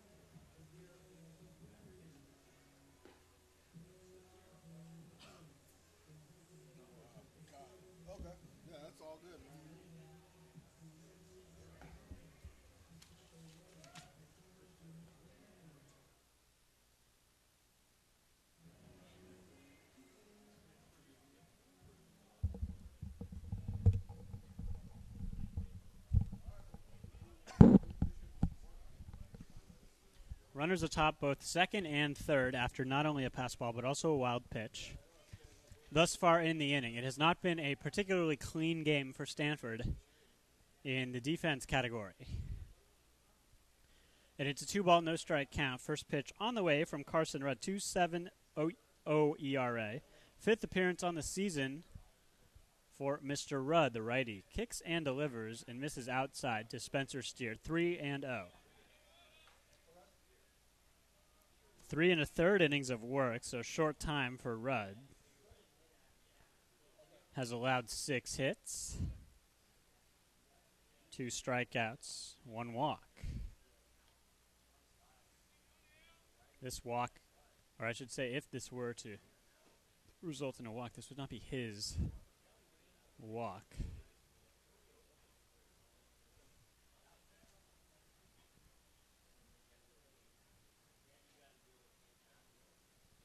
And after a long wait, a strike over the outside.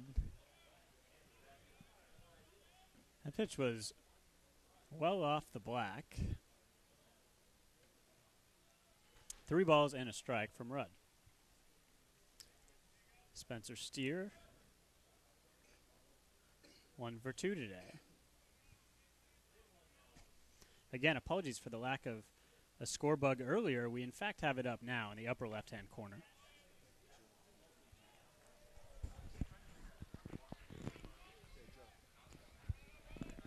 Thanks to Jeff,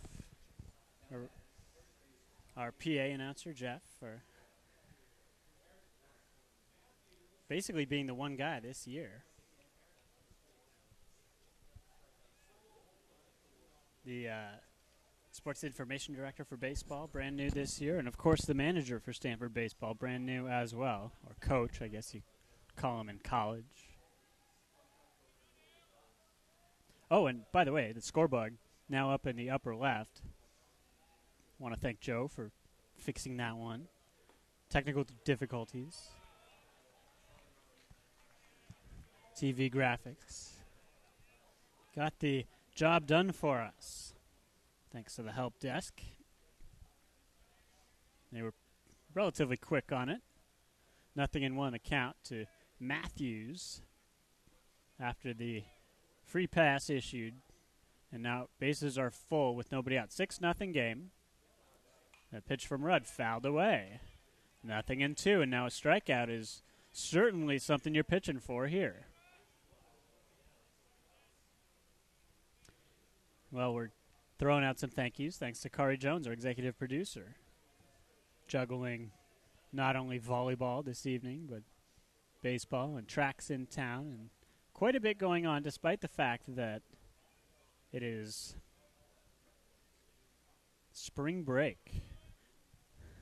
And if you're not a student around here, the way you can tell that that is a hit by pitch on an 0-2 count, and it's going to be a 7th run coming across.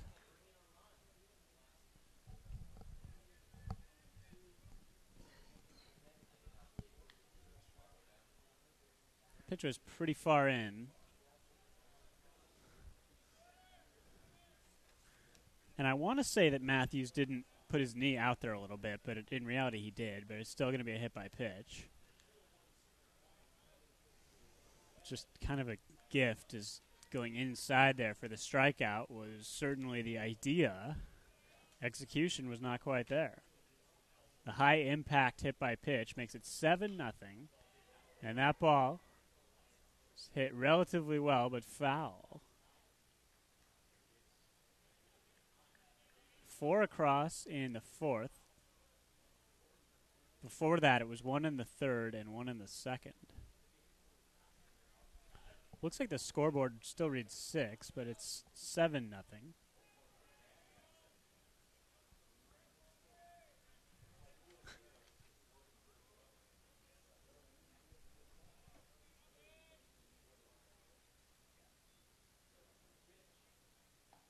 And that's outside. Or maybe high, I'm not sure. 1 ball, 1 strike count.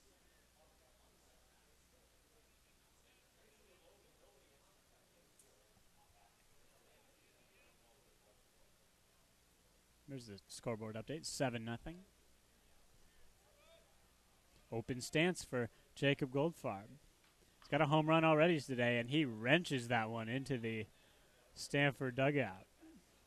Fielded on the first step by, who caught that, Martyr?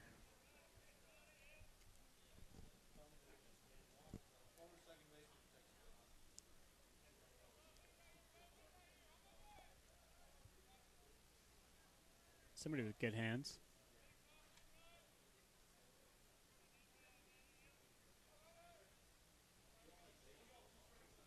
Looked like it was Palish, but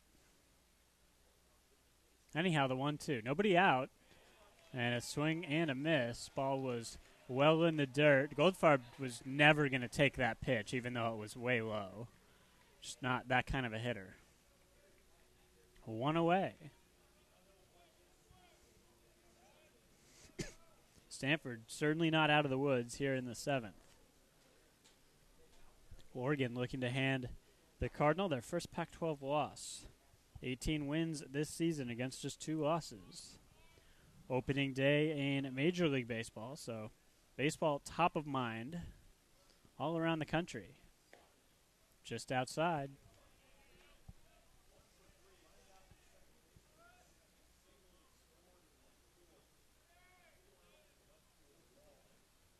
Of course, this is a Thursday, Friday, Saturday affair with the Ducks.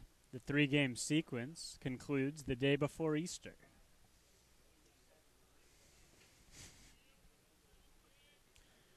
Kind of works out well for Stanford schedule-wise as well, as that's a base hit into right field. At least one going to come across to score. And it's just one. 8-0 now, Ducks. Two spot put up here in the 7th.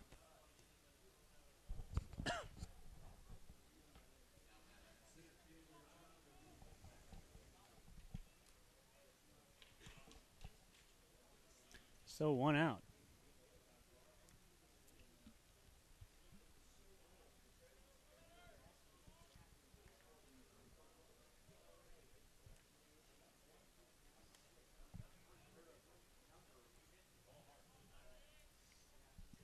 Here is DeLuca. First pitch swinging. Hit high. Plenty of air underneath it. In and to his left. Wolf makes the catch. Runner tags. Throw cut off. It's going to be first and third with 2 outs. 9-0.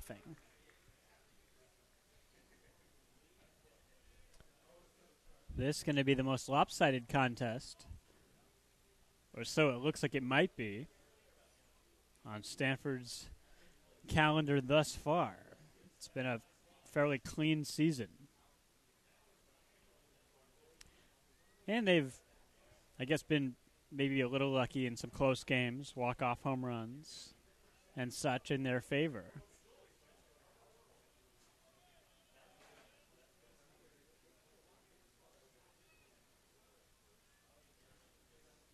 Two out, 2 on.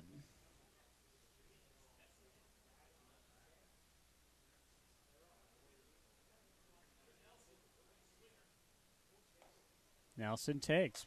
Belled high, but inside. Ryan, R-Y-N-E. This time of year in Eugene, it's just an absolute grab bag as far as the weather's concerned. As I mentioned, it snows maybe every other year. This year in particular, maybe like 6 weeks of the year, it was just blanketing snow in Eugene. Still possible to play baseball. And the way that they do the setup in Eugene, they have Pape Field, the soccer and lacrosse facility. And just beyond that, baseball kind of tucked away behind football in Autzen Stadium, such that baseball can actually be hard to find.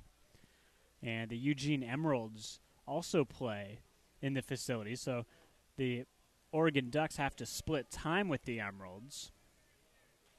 But oftentimes locals in town as well. I mean, you have to, like if you're a student at Stanford, you have to try to go to a baseball game. You can't much happen upon a baseball game because of the vicinity where it is on campus. No one really walks over beyond Jimmy V's and Campus Drive. It's the same thing with a Ducks game, but you get just a ton of students showing up.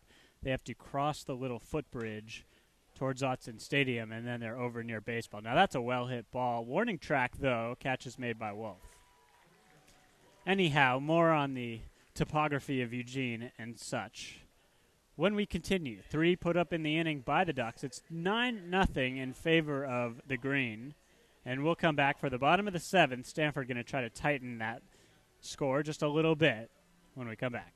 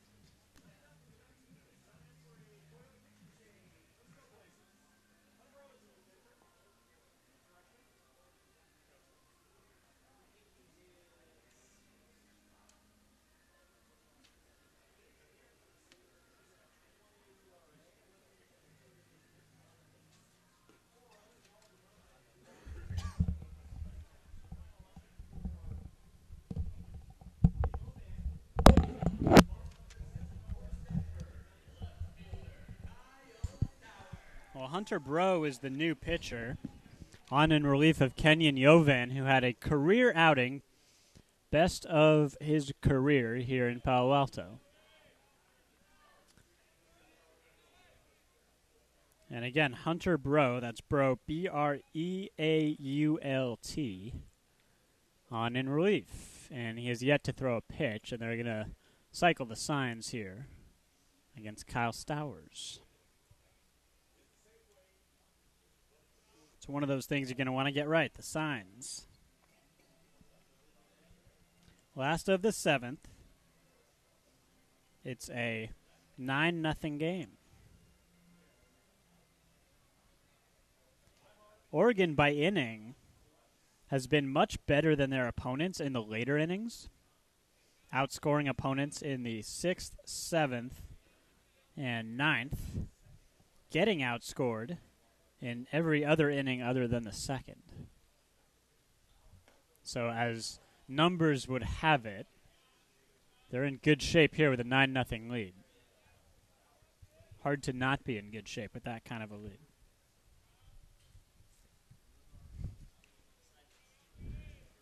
Oh and 1.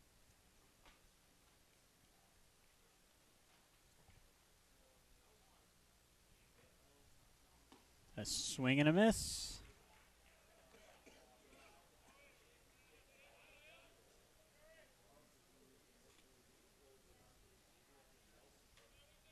On the 26th of March, most recently, Oregon played USF. The Dons went to PK Park up in Eugene. 5-1 the final there. It went the way of the Dons. Midweek contest for both of these teams coming up, as that's the first out recorded by Hunter Breaux.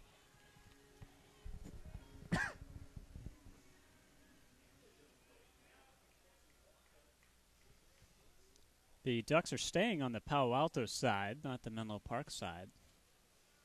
It's about 3 miles away. when teams go to play up in Eugene, they typically will stay at, I believe baseball will stay at Valley River Inn, which is just outside of town, which, at least in the Mark Marquis era, was kind of the way he liked to do things, be just outside of town. Everyone for sure stays out of trouble. Makes everything easier. Had a good cadence with the bus driver. This is Maverick Handley with a 1-0 count. High set from the wind. Bro delivers a fastball upstairs.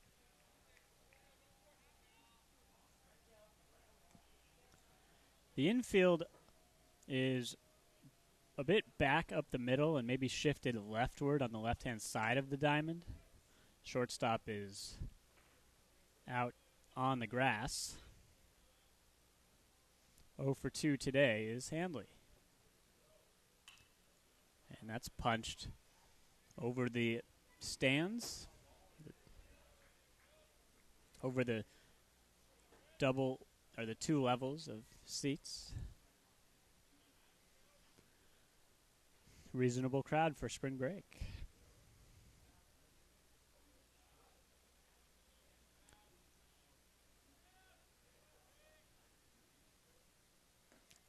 Can be a bit deceptive if you're coming to Stanford University and perhaps aren't familiar with the layout or what goes on where. If you walk through various parts of campus, you might assume you're in like the center of campus in multiple different locations. Right near Hoover Tower, you might say, well, this is the monument that really is the emblem of campus, so this must be the center. But other than a couple of classrooms, nobody really lives around there. People don't spend all that much time around there. You might be in the main thoroughfare around Tressiter, up Palm Drive, and up the walkway. Tressiter and the Student Union and the bookstore all right there, so you might assume that that is the center of campus. Well, if you said that, I'd say you're probably closer to correct than if you said it was Hoover Tower. Or you might even walk around to Campus Drive and you might see Maples Pavilion and the tennis courts on the other side, and you might conclude, well, all the athletic facilities are right here, so this must be the center of campus. And you wouldn't be wrong geographically, as that portion of Campus Drive technically is close to the center. With the backside of campus, as the crow flies, being the aforementioned Lake Lagunita. Handley flies out to center field, and now 2 outs, nobody on for Bryce Carter. All the starters still in for Stanford, save for the pitching staff. They're on pitcher number 3, and we'll see what it looks like the next inning to come. A chop back, empty and 1 the count. A gentleman who's north of probably 40 years old, almost barehanded that one. Tried to make the basket-style catch. 0-1. From the wind, outside. The setup was outside the whole way.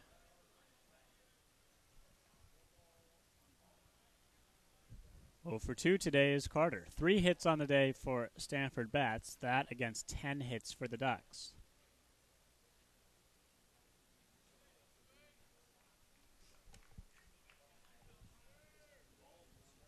Cooled off a bit, but it's still relatively warm. Most folks are in shorts and T-shirts, even as the sky is now pitch black. We're under full complement of the lights.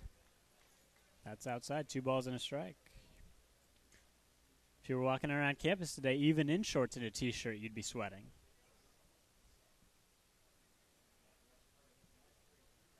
Bro readies from the wind. He's been in the wind for the duration of this inning, and he came on in relief of the starter, who up until now was almost flawless. Kenyon Joven, a guy who in his career has not thrown as many pitches as he threw tonight.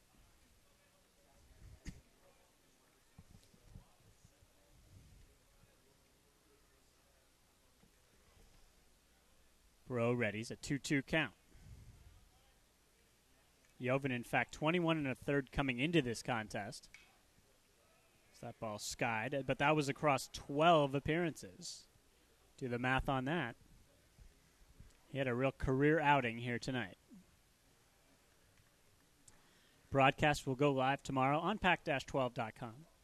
In addition to Facebook Live and GoStanford.com. 6 o'clock, the slated start time. We started at 6:05 here today.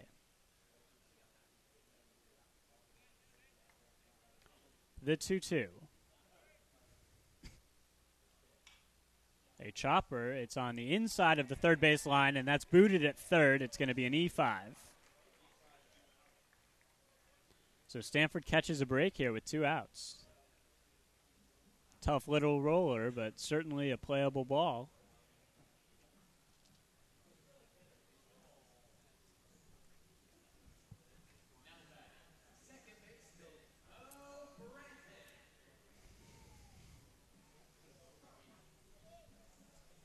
And here is Bo Branton.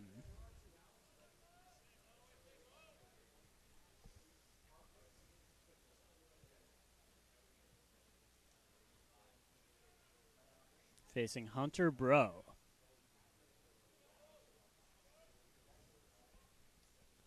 Bro kind of all the way back in his stretch, and that's going to be a wild pitch. So now Stanford's got a runner in scoring position with 2 outs.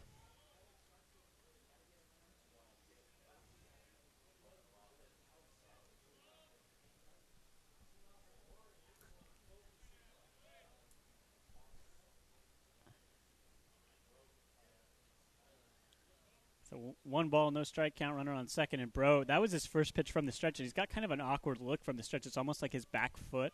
He stands contrapposto on it a bit, kind of rocked back, almost like the weight is 90% on the back foot, and that's going to be a pass ball. So we get a wild pitch and a pass ball. Now it's a runner on third 2 pitches later after a base runner allowed. It's been an interesting inning, all with 2 outs.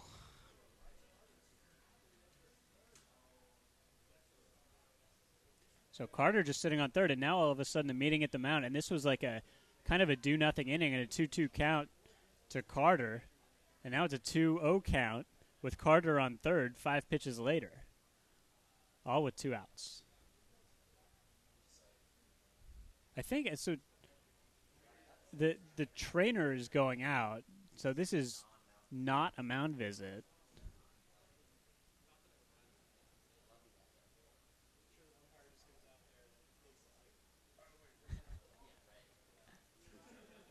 George Horton stands well behind the mound as if to make clear that this is not one of his allocated visits, as we've seen this season.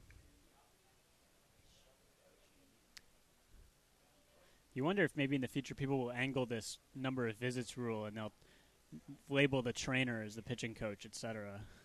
Maybe in the future that is a potential way to shave off some visits. Certainly not something people are taking advantage of just yet. It's a 2-0 count. And a runner on third. Branton has reached base today. He's got a hit.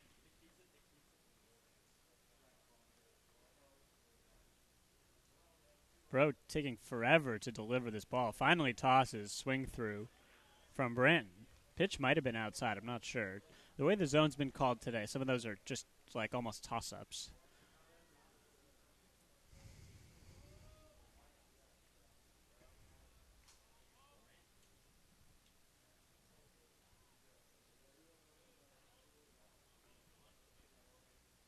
.353 hitter on the year.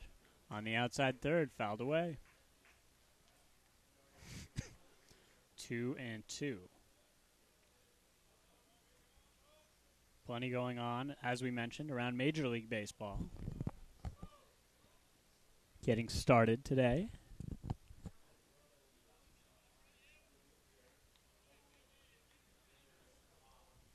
.24 at-bats on the year for Branton. This the 25th, just outside.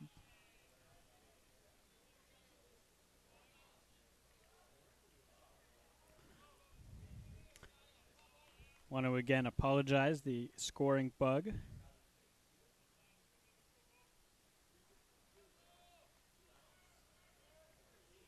It's been a little off. And that's hit to left center field. Playable, caught in center. And that's it for the top of the, or rather the bottom of the 7th. So we will send it away, come back for the 8th. It's still a 9-0 game.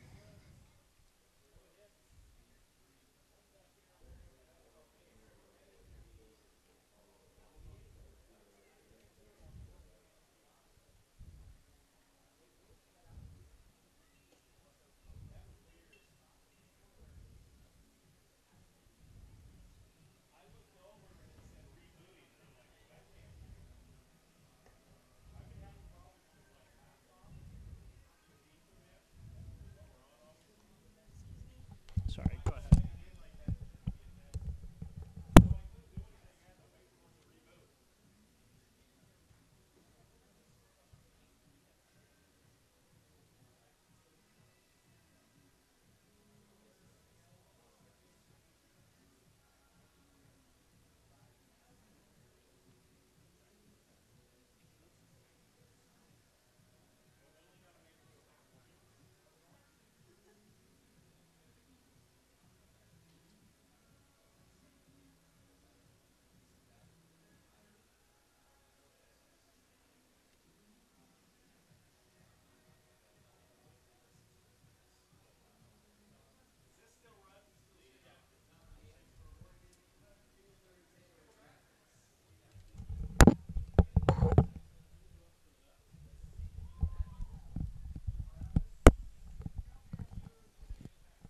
Taylor Travis going to lead things off.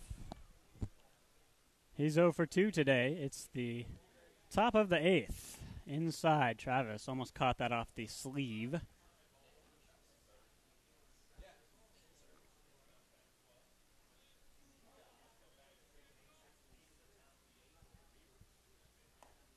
That's a little bit outside. Rudd on to pitch. Stanford using more pitchers than maybe they've expected, going with, or they would have expected or would have liked, going with the true freshman, a high hopper. Also indicative, though, one of the busiest weeks of their year. They've got USC in the Friday, Saturday, Sunday, and then they had the Tuesday contest against USD, which is just not an easy game.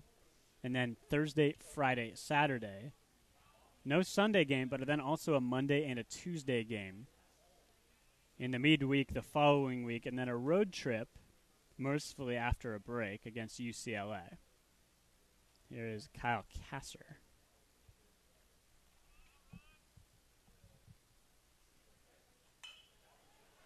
That's a liner up the middle. A base hit for Kasser. Californian is on board again today. And here's Daniel Patzlaff.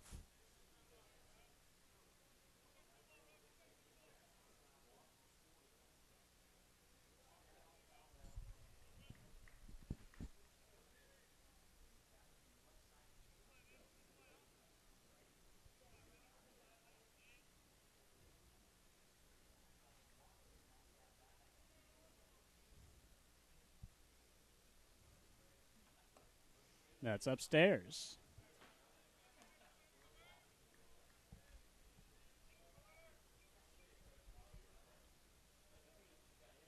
A ball and no strikes.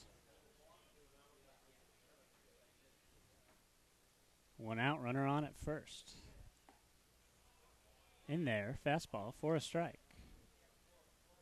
1-1. Tomorrow's broadcast, I'll have the call. And I believe Kevin Dana on the broadcast as well. Should be fun. 6 o'clock start time. That's just outside. 2 balls and a strike.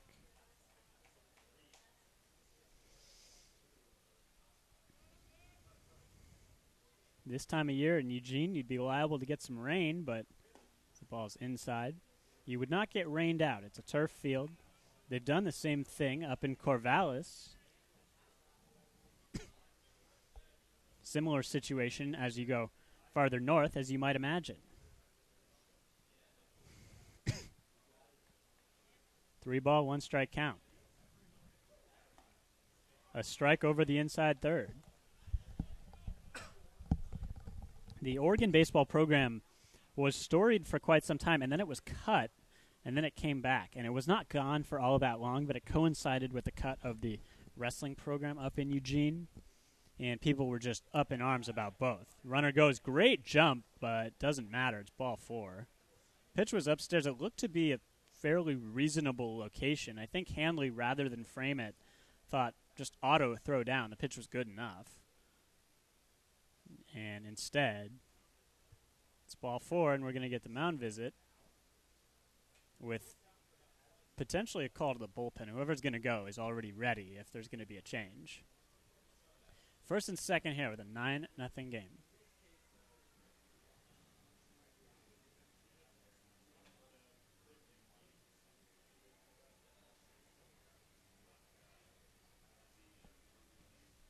Looks to be maybe just a conversation. Since no one's warming up, wouldn't be much of a reason to call to the pen unless the conversation really went south. Trying to read body language here. On the monitor, you can tell it's a lengthy discussion.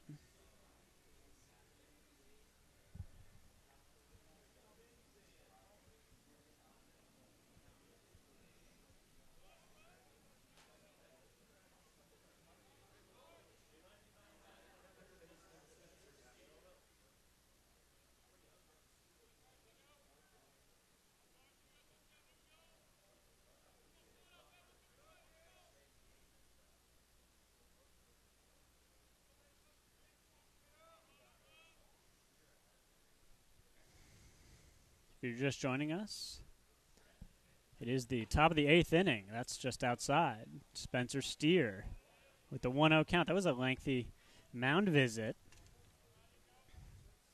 And it's an appearance a little bit longer for Carson Rudd than maybe he's used to this season, a freshman. Going to get some miles here for Stanford. 18-2 on the year, but well behind in this one. Pitch was well outside. 2 balls, no strikes.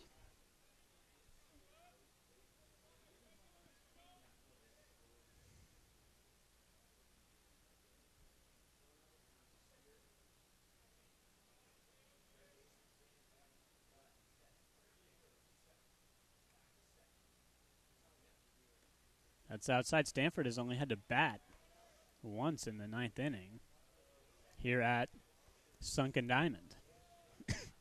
The result of that one was a walk-off. Solo shot. That in a game that felt like it was forever ago. And Stanford moved to 9-0 and would travel on to Texas very early on in the calendar.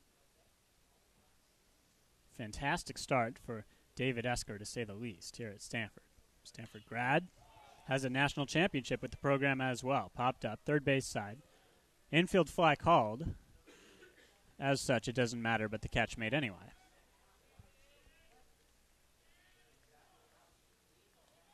Two outs.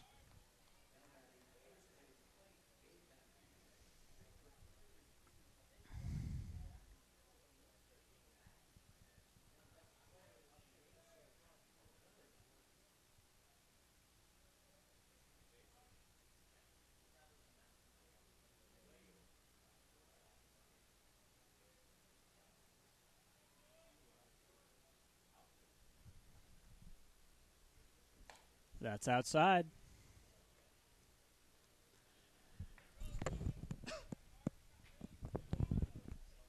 A ball and no strikes.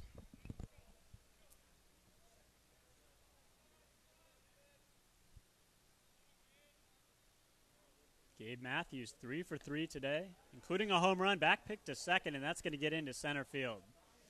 Handley threw that one fairly errant.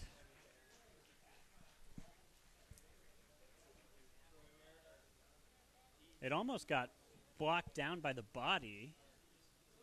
I don't know if there would have been a play, even if the throw was right on the money. I just don't know if they would have been able to get an out. So tough to tell from behind a dish as well. And again, it would be a nice way to end the inning, given that Matthews has had so much success. Now it's second and third, and you, with a 2-0 count, could maybe pitch a little bit around Matthews if you wanted to. Of course, by the numbers, that wouldn't necessarily be the best decision with Goldfarb on deck. So it'd be more of a bases open play. But Goldfarb, the guy to watch out for us. Maybe a little bit underneath that was Matthews on 3-0. Wolf trying to find it, and he makes the catch. That was problematic for Wolf, but he's able to bring it in. So 2 left on. Nobody scores in the top of the 8th. Stanford facing a 9-0 deficit when we come back in the bottom of the inning.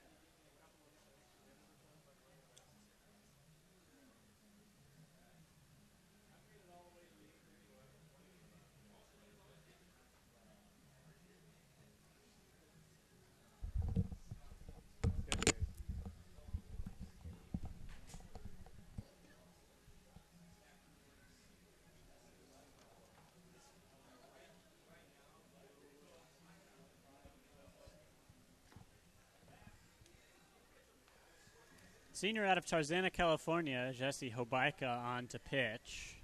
Mentioned that the everyday closer, not that this is a save situation, is the guy that, in fact, was just starting today's game.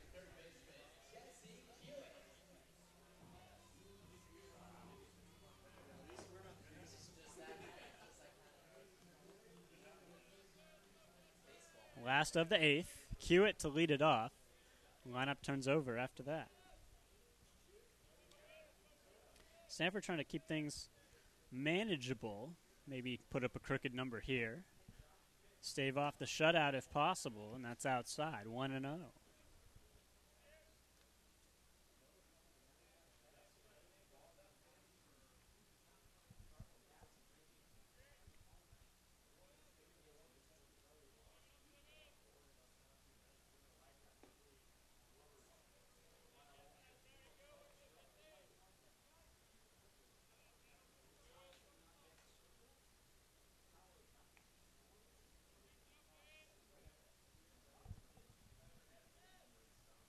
One ball, one strike. That looked to fall in there. Hobaika threw a pretty good pitch. Maybe it was high.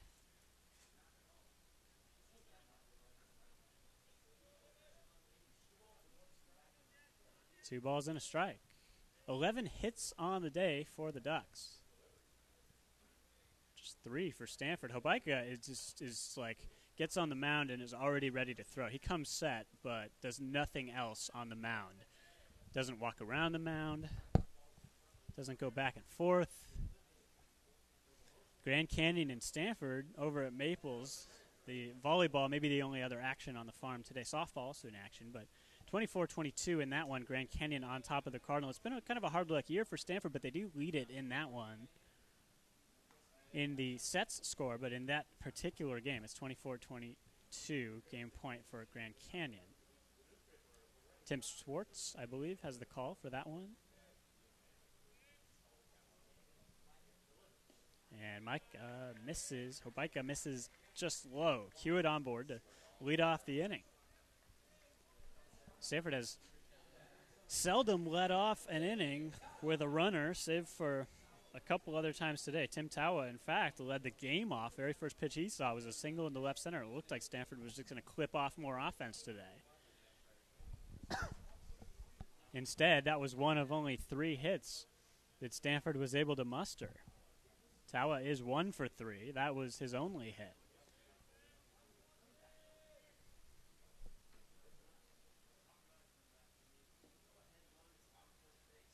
Over the inside, Tawa takes a long look into his dugout, but what he would like to do is take a long look back at the home plate umpire. It's called strike nonetheless.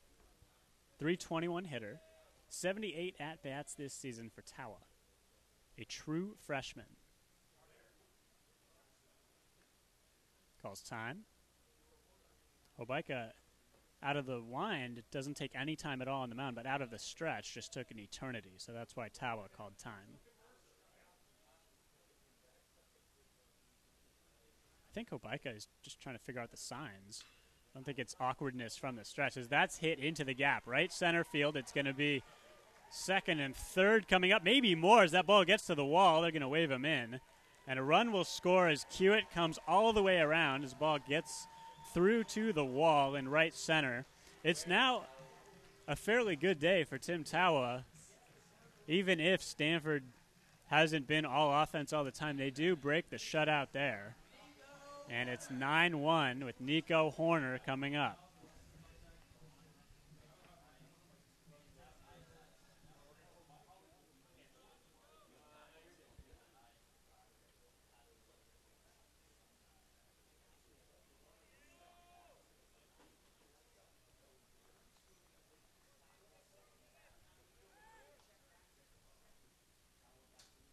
Back pick to second.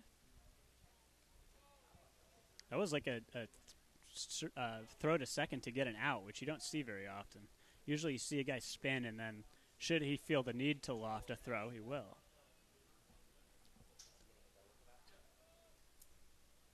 Official ruling there. Going to be a double for Tawa, by the way. That ball rolled to the wall. Maybe not the best angle taken in right center, but scoring semantics aside, it's a double all day.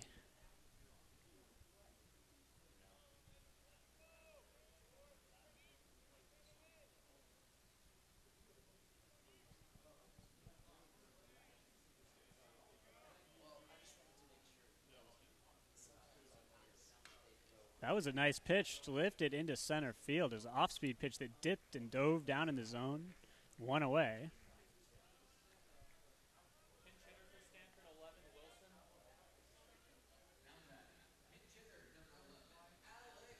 And here's Alec Wilson. Going to pinch hit.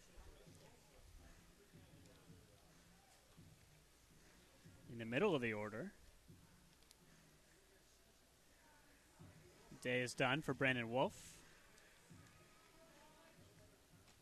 Dashbach's still on deck, so it's not full-scale subs for Stanford. Fourth setup coming over at Maples Pavilion. Grand Canyon finished it off 25-23 in the fourth stanza.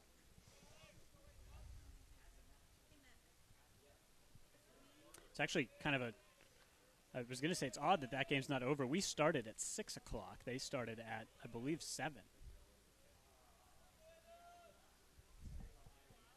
As such, our executive producer, Kari Jones, is double dipping. Doing both. No balls, 1 strike to Alec Wilson. Batting 192 on the year. This is the 27th at-bat for Wilson.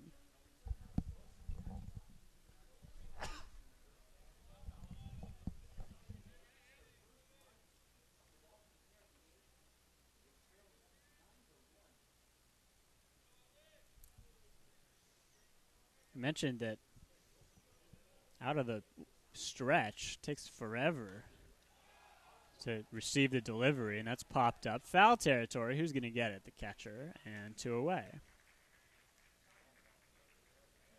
Not the at-bat Wilson wanted. 2 outs.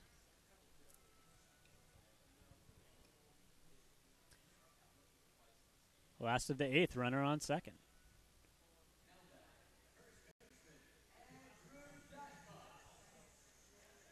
Here's Andrew Dashbach.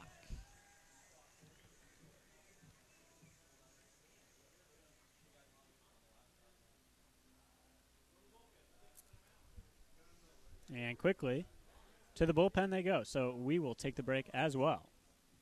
9-1 your score as we take the break here in the last of the 8th inning in Palo Alto.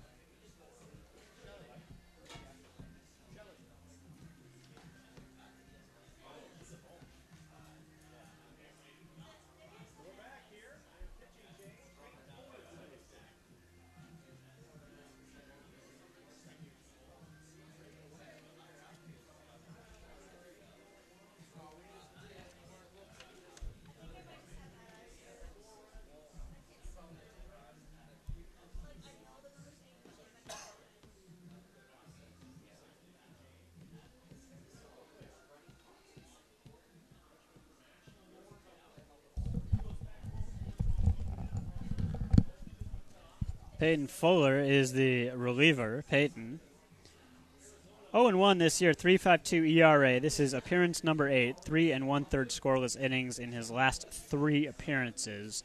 He's a guy who goes just 1 inning regularly. So Peyton Fuller, true freshman out of Ashland, Oregon.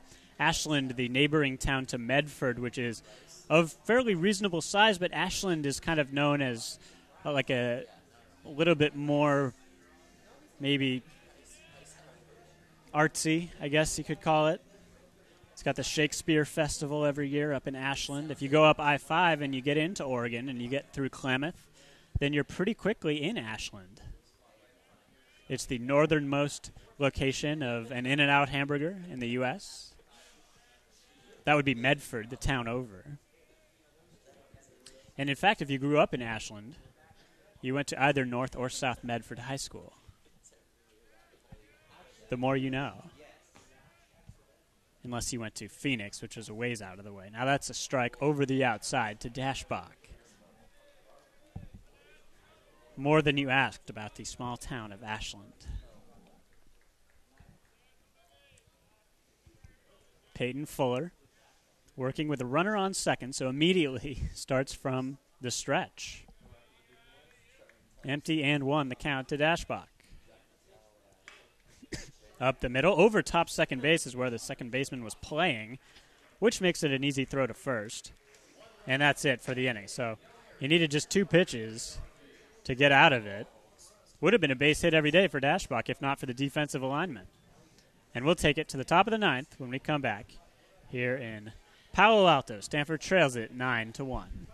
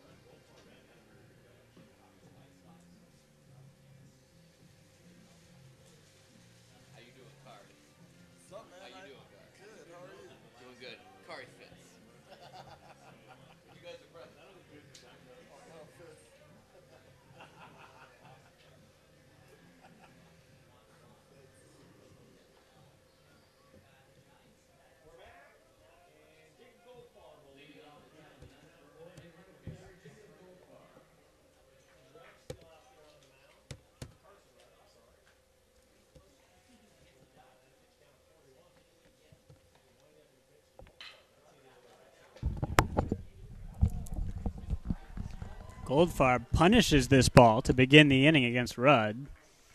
And he's pedaling into second base easily for the double. Now, just like that, it's a pretty reasonable outing for Jacob Goldfarb. The guy that the team calls on for the majority of their power.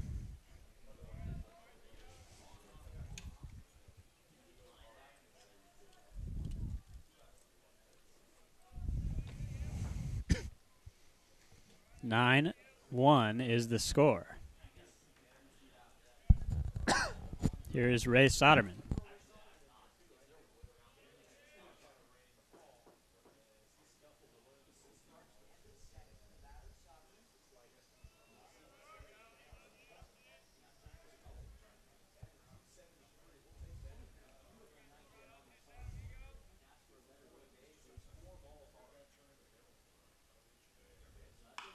And that's laced, hooking over the top. And Goldfarb going to come around to score standing. It's a base hit for Soderman. He's now 3 for 5.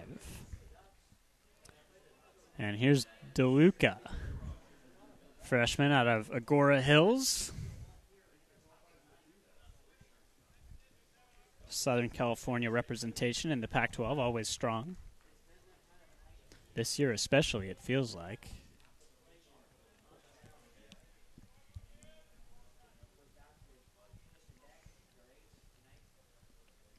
DeLuca takes inside. That was right around his kneecaps. He scoots out of the way.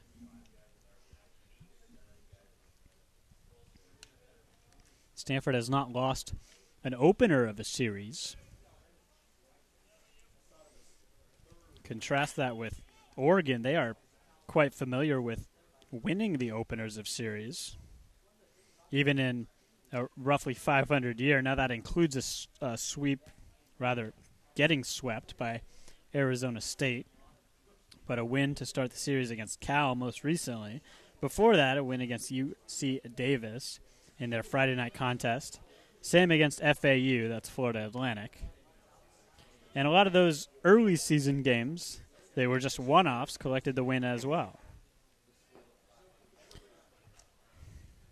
So the decision to start an everyday closer turns out to be a good one for George Horton.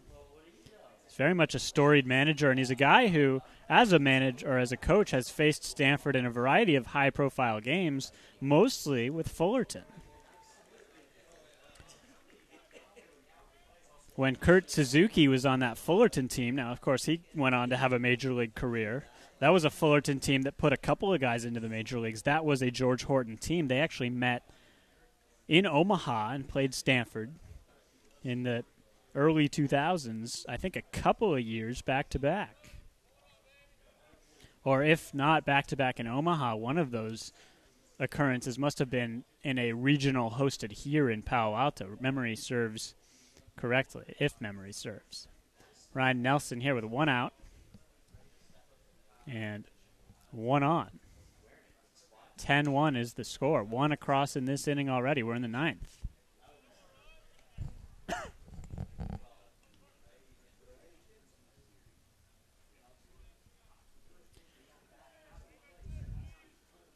Jordan Watkins, obviously part of the Stanford football program for many years, well known. He's joined the broadcast booth this year. He'll be out here this weekend. That's a strike, probably a little off the inside, but called a strike, close.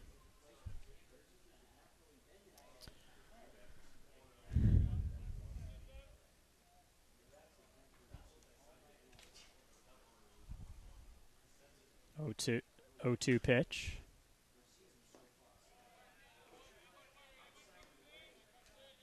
Now 1-2.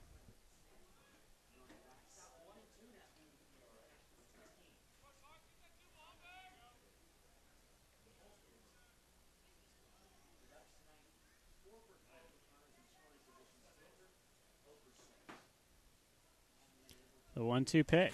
Checks his swing. Looks to first. Indeed, that was a swing. I don't even know if the appeal was all that necessary. I think that was a pretty clear swing by Nelson. 13 hits on the day for the Ducks. And here's Taylor Travis out of Springfield, Oregon, which is just the town over from Eugene. Springfield, in fact, geographically part of Lane County. Lane County is the second largest county in Oregon. It's basically that, and Portland is like the whole population. Not all that many people live in Corvallis, where Oregon State is. It's just basically the university. Maybe the next biggest town would be like Bend has been growing a bunch, or maybe Salem, but not anywhere near the size of Eugene, Springfield, or Portland. And that's up the middle for a base hit. One hop to third was a good one, didn't matter. It was high 80s today. In Palo Alto, quite comfortable. No need for a jacket at any point today. Could say that about a single-digit number of days thus far this year. A conversation on the mound.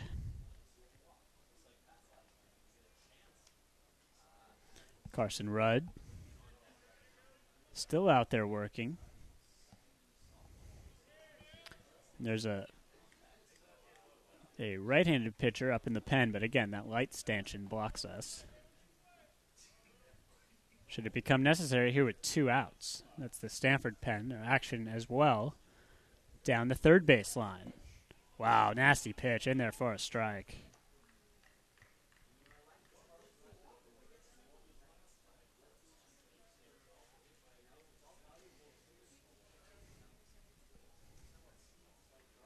Kyle Kasser. 1 of 4. And an 0-1 count. Couple of switch-handed bats on the roster for George Horton.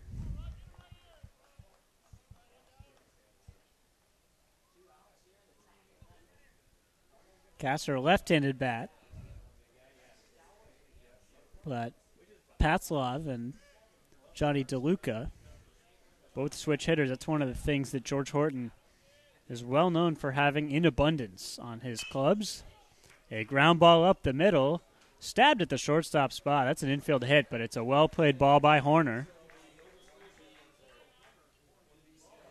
who almost had the option to go the short way, although he met the ball right about when the runner met the bag.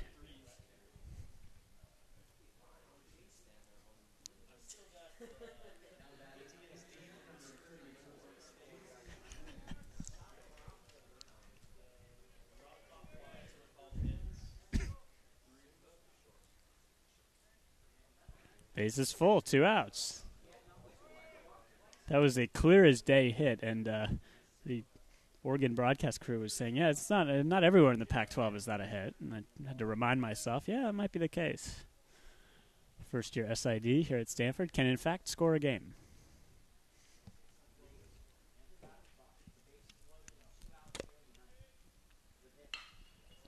Pop-up. Tao is in the neighborhood. Underneath it. And that's it for the top of the ninth. 10-1 the score. Stanford has a ways to go when they get up with the bat. We'll be back in just a moment on GoStanford.com.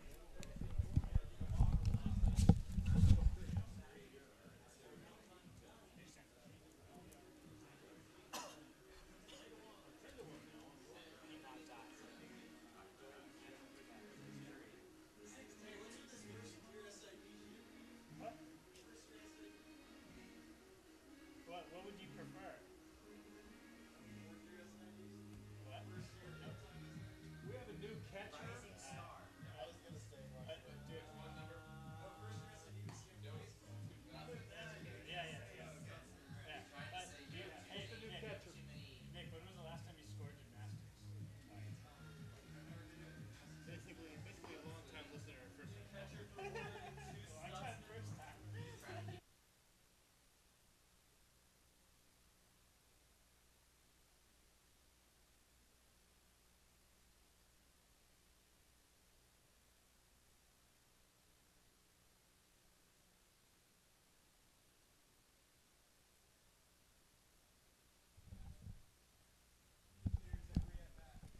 Stutzman on to catch. It looks like it's going to be Christian Malfetta on to hit.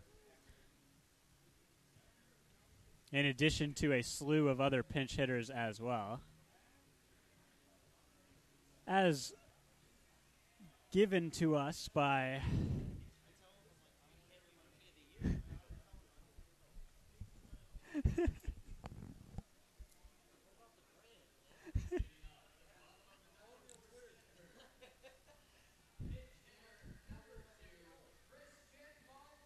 might get Will Matheson as well. Take a look at who's up there on the steps. Malfetta certainly to lead things off.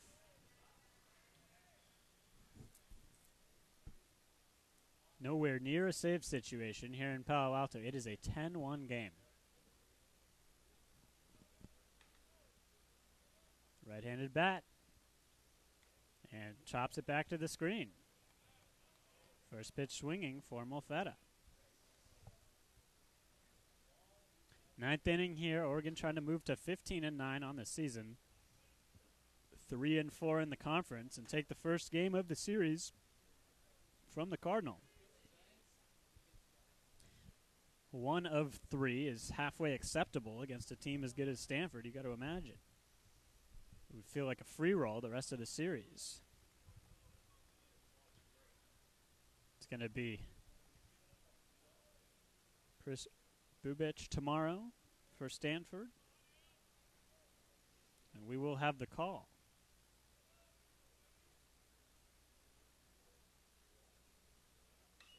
A pop-up on the infield or maybe a step off the dirt. Shortstop. Catch is made. Looks like that men's volleyball just concluded or maybe is getting towards conclusion. It's actually in the 5th.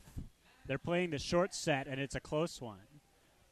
Grand Canyon and Stanford, 13-12, 25 points deep into that contest. There's a 1-point difference between the two schools, evenly matched.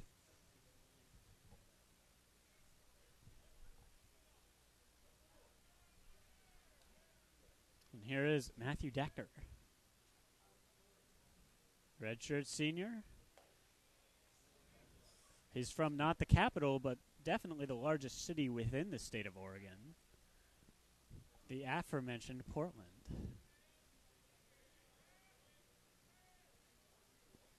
Capital of Oregon is Salem. The 1-0 count. That's inside. 2-0. 1 out, nobody on. The infield is back at the middle, as if maybe a George Horton alignment just always kind of favors middle infielders being back a touch. And we've seen this with a variety of hitters up at the plate, both right and left. That's a number. Playable. Level with third base. The catch is made. 2 away.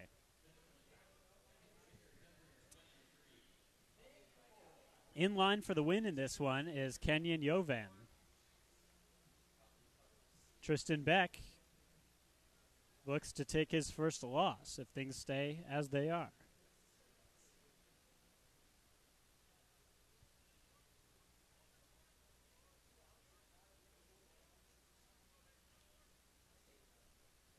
Here is Nick Orr. Orr plugs one to left field. Is it going to stay fair? It's hooking, just foul. Just foul. That was into the trees and then some. First pitch swinging for Nick Orr. I mean, even no matter what happens in this at-bat, this is a real feather in the cap for Orr that he took that pitch and just plugged it into the trees.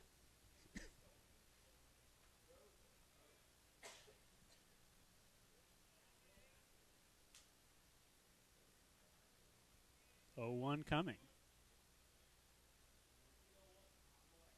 That's way upstairs.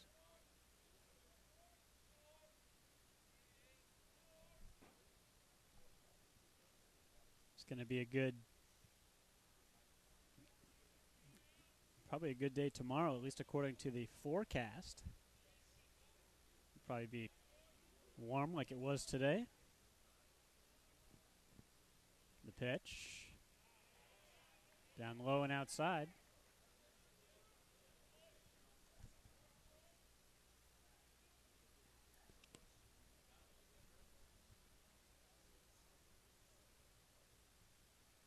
Opening day in Major League Baseball. A lot of teams schedule that gap day right after opening day. Actually get a day off to make sure they get that opening day sellout rather than a rain out.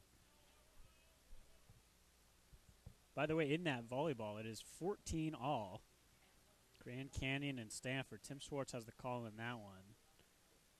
So it's not match point, but it's very close to that in the fifth set. A swing and the bat goes flying into the Ducks bullpen.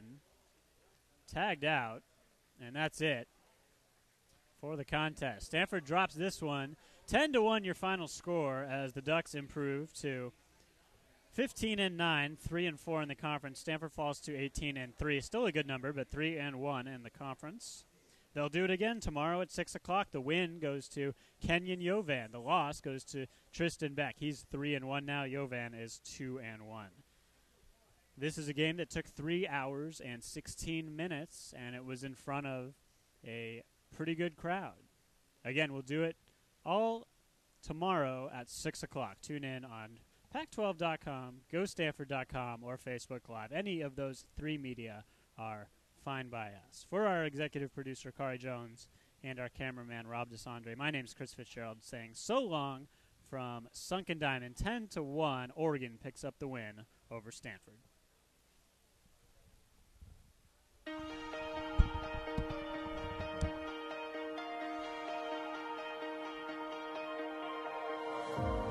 Baby, are you trying to change me?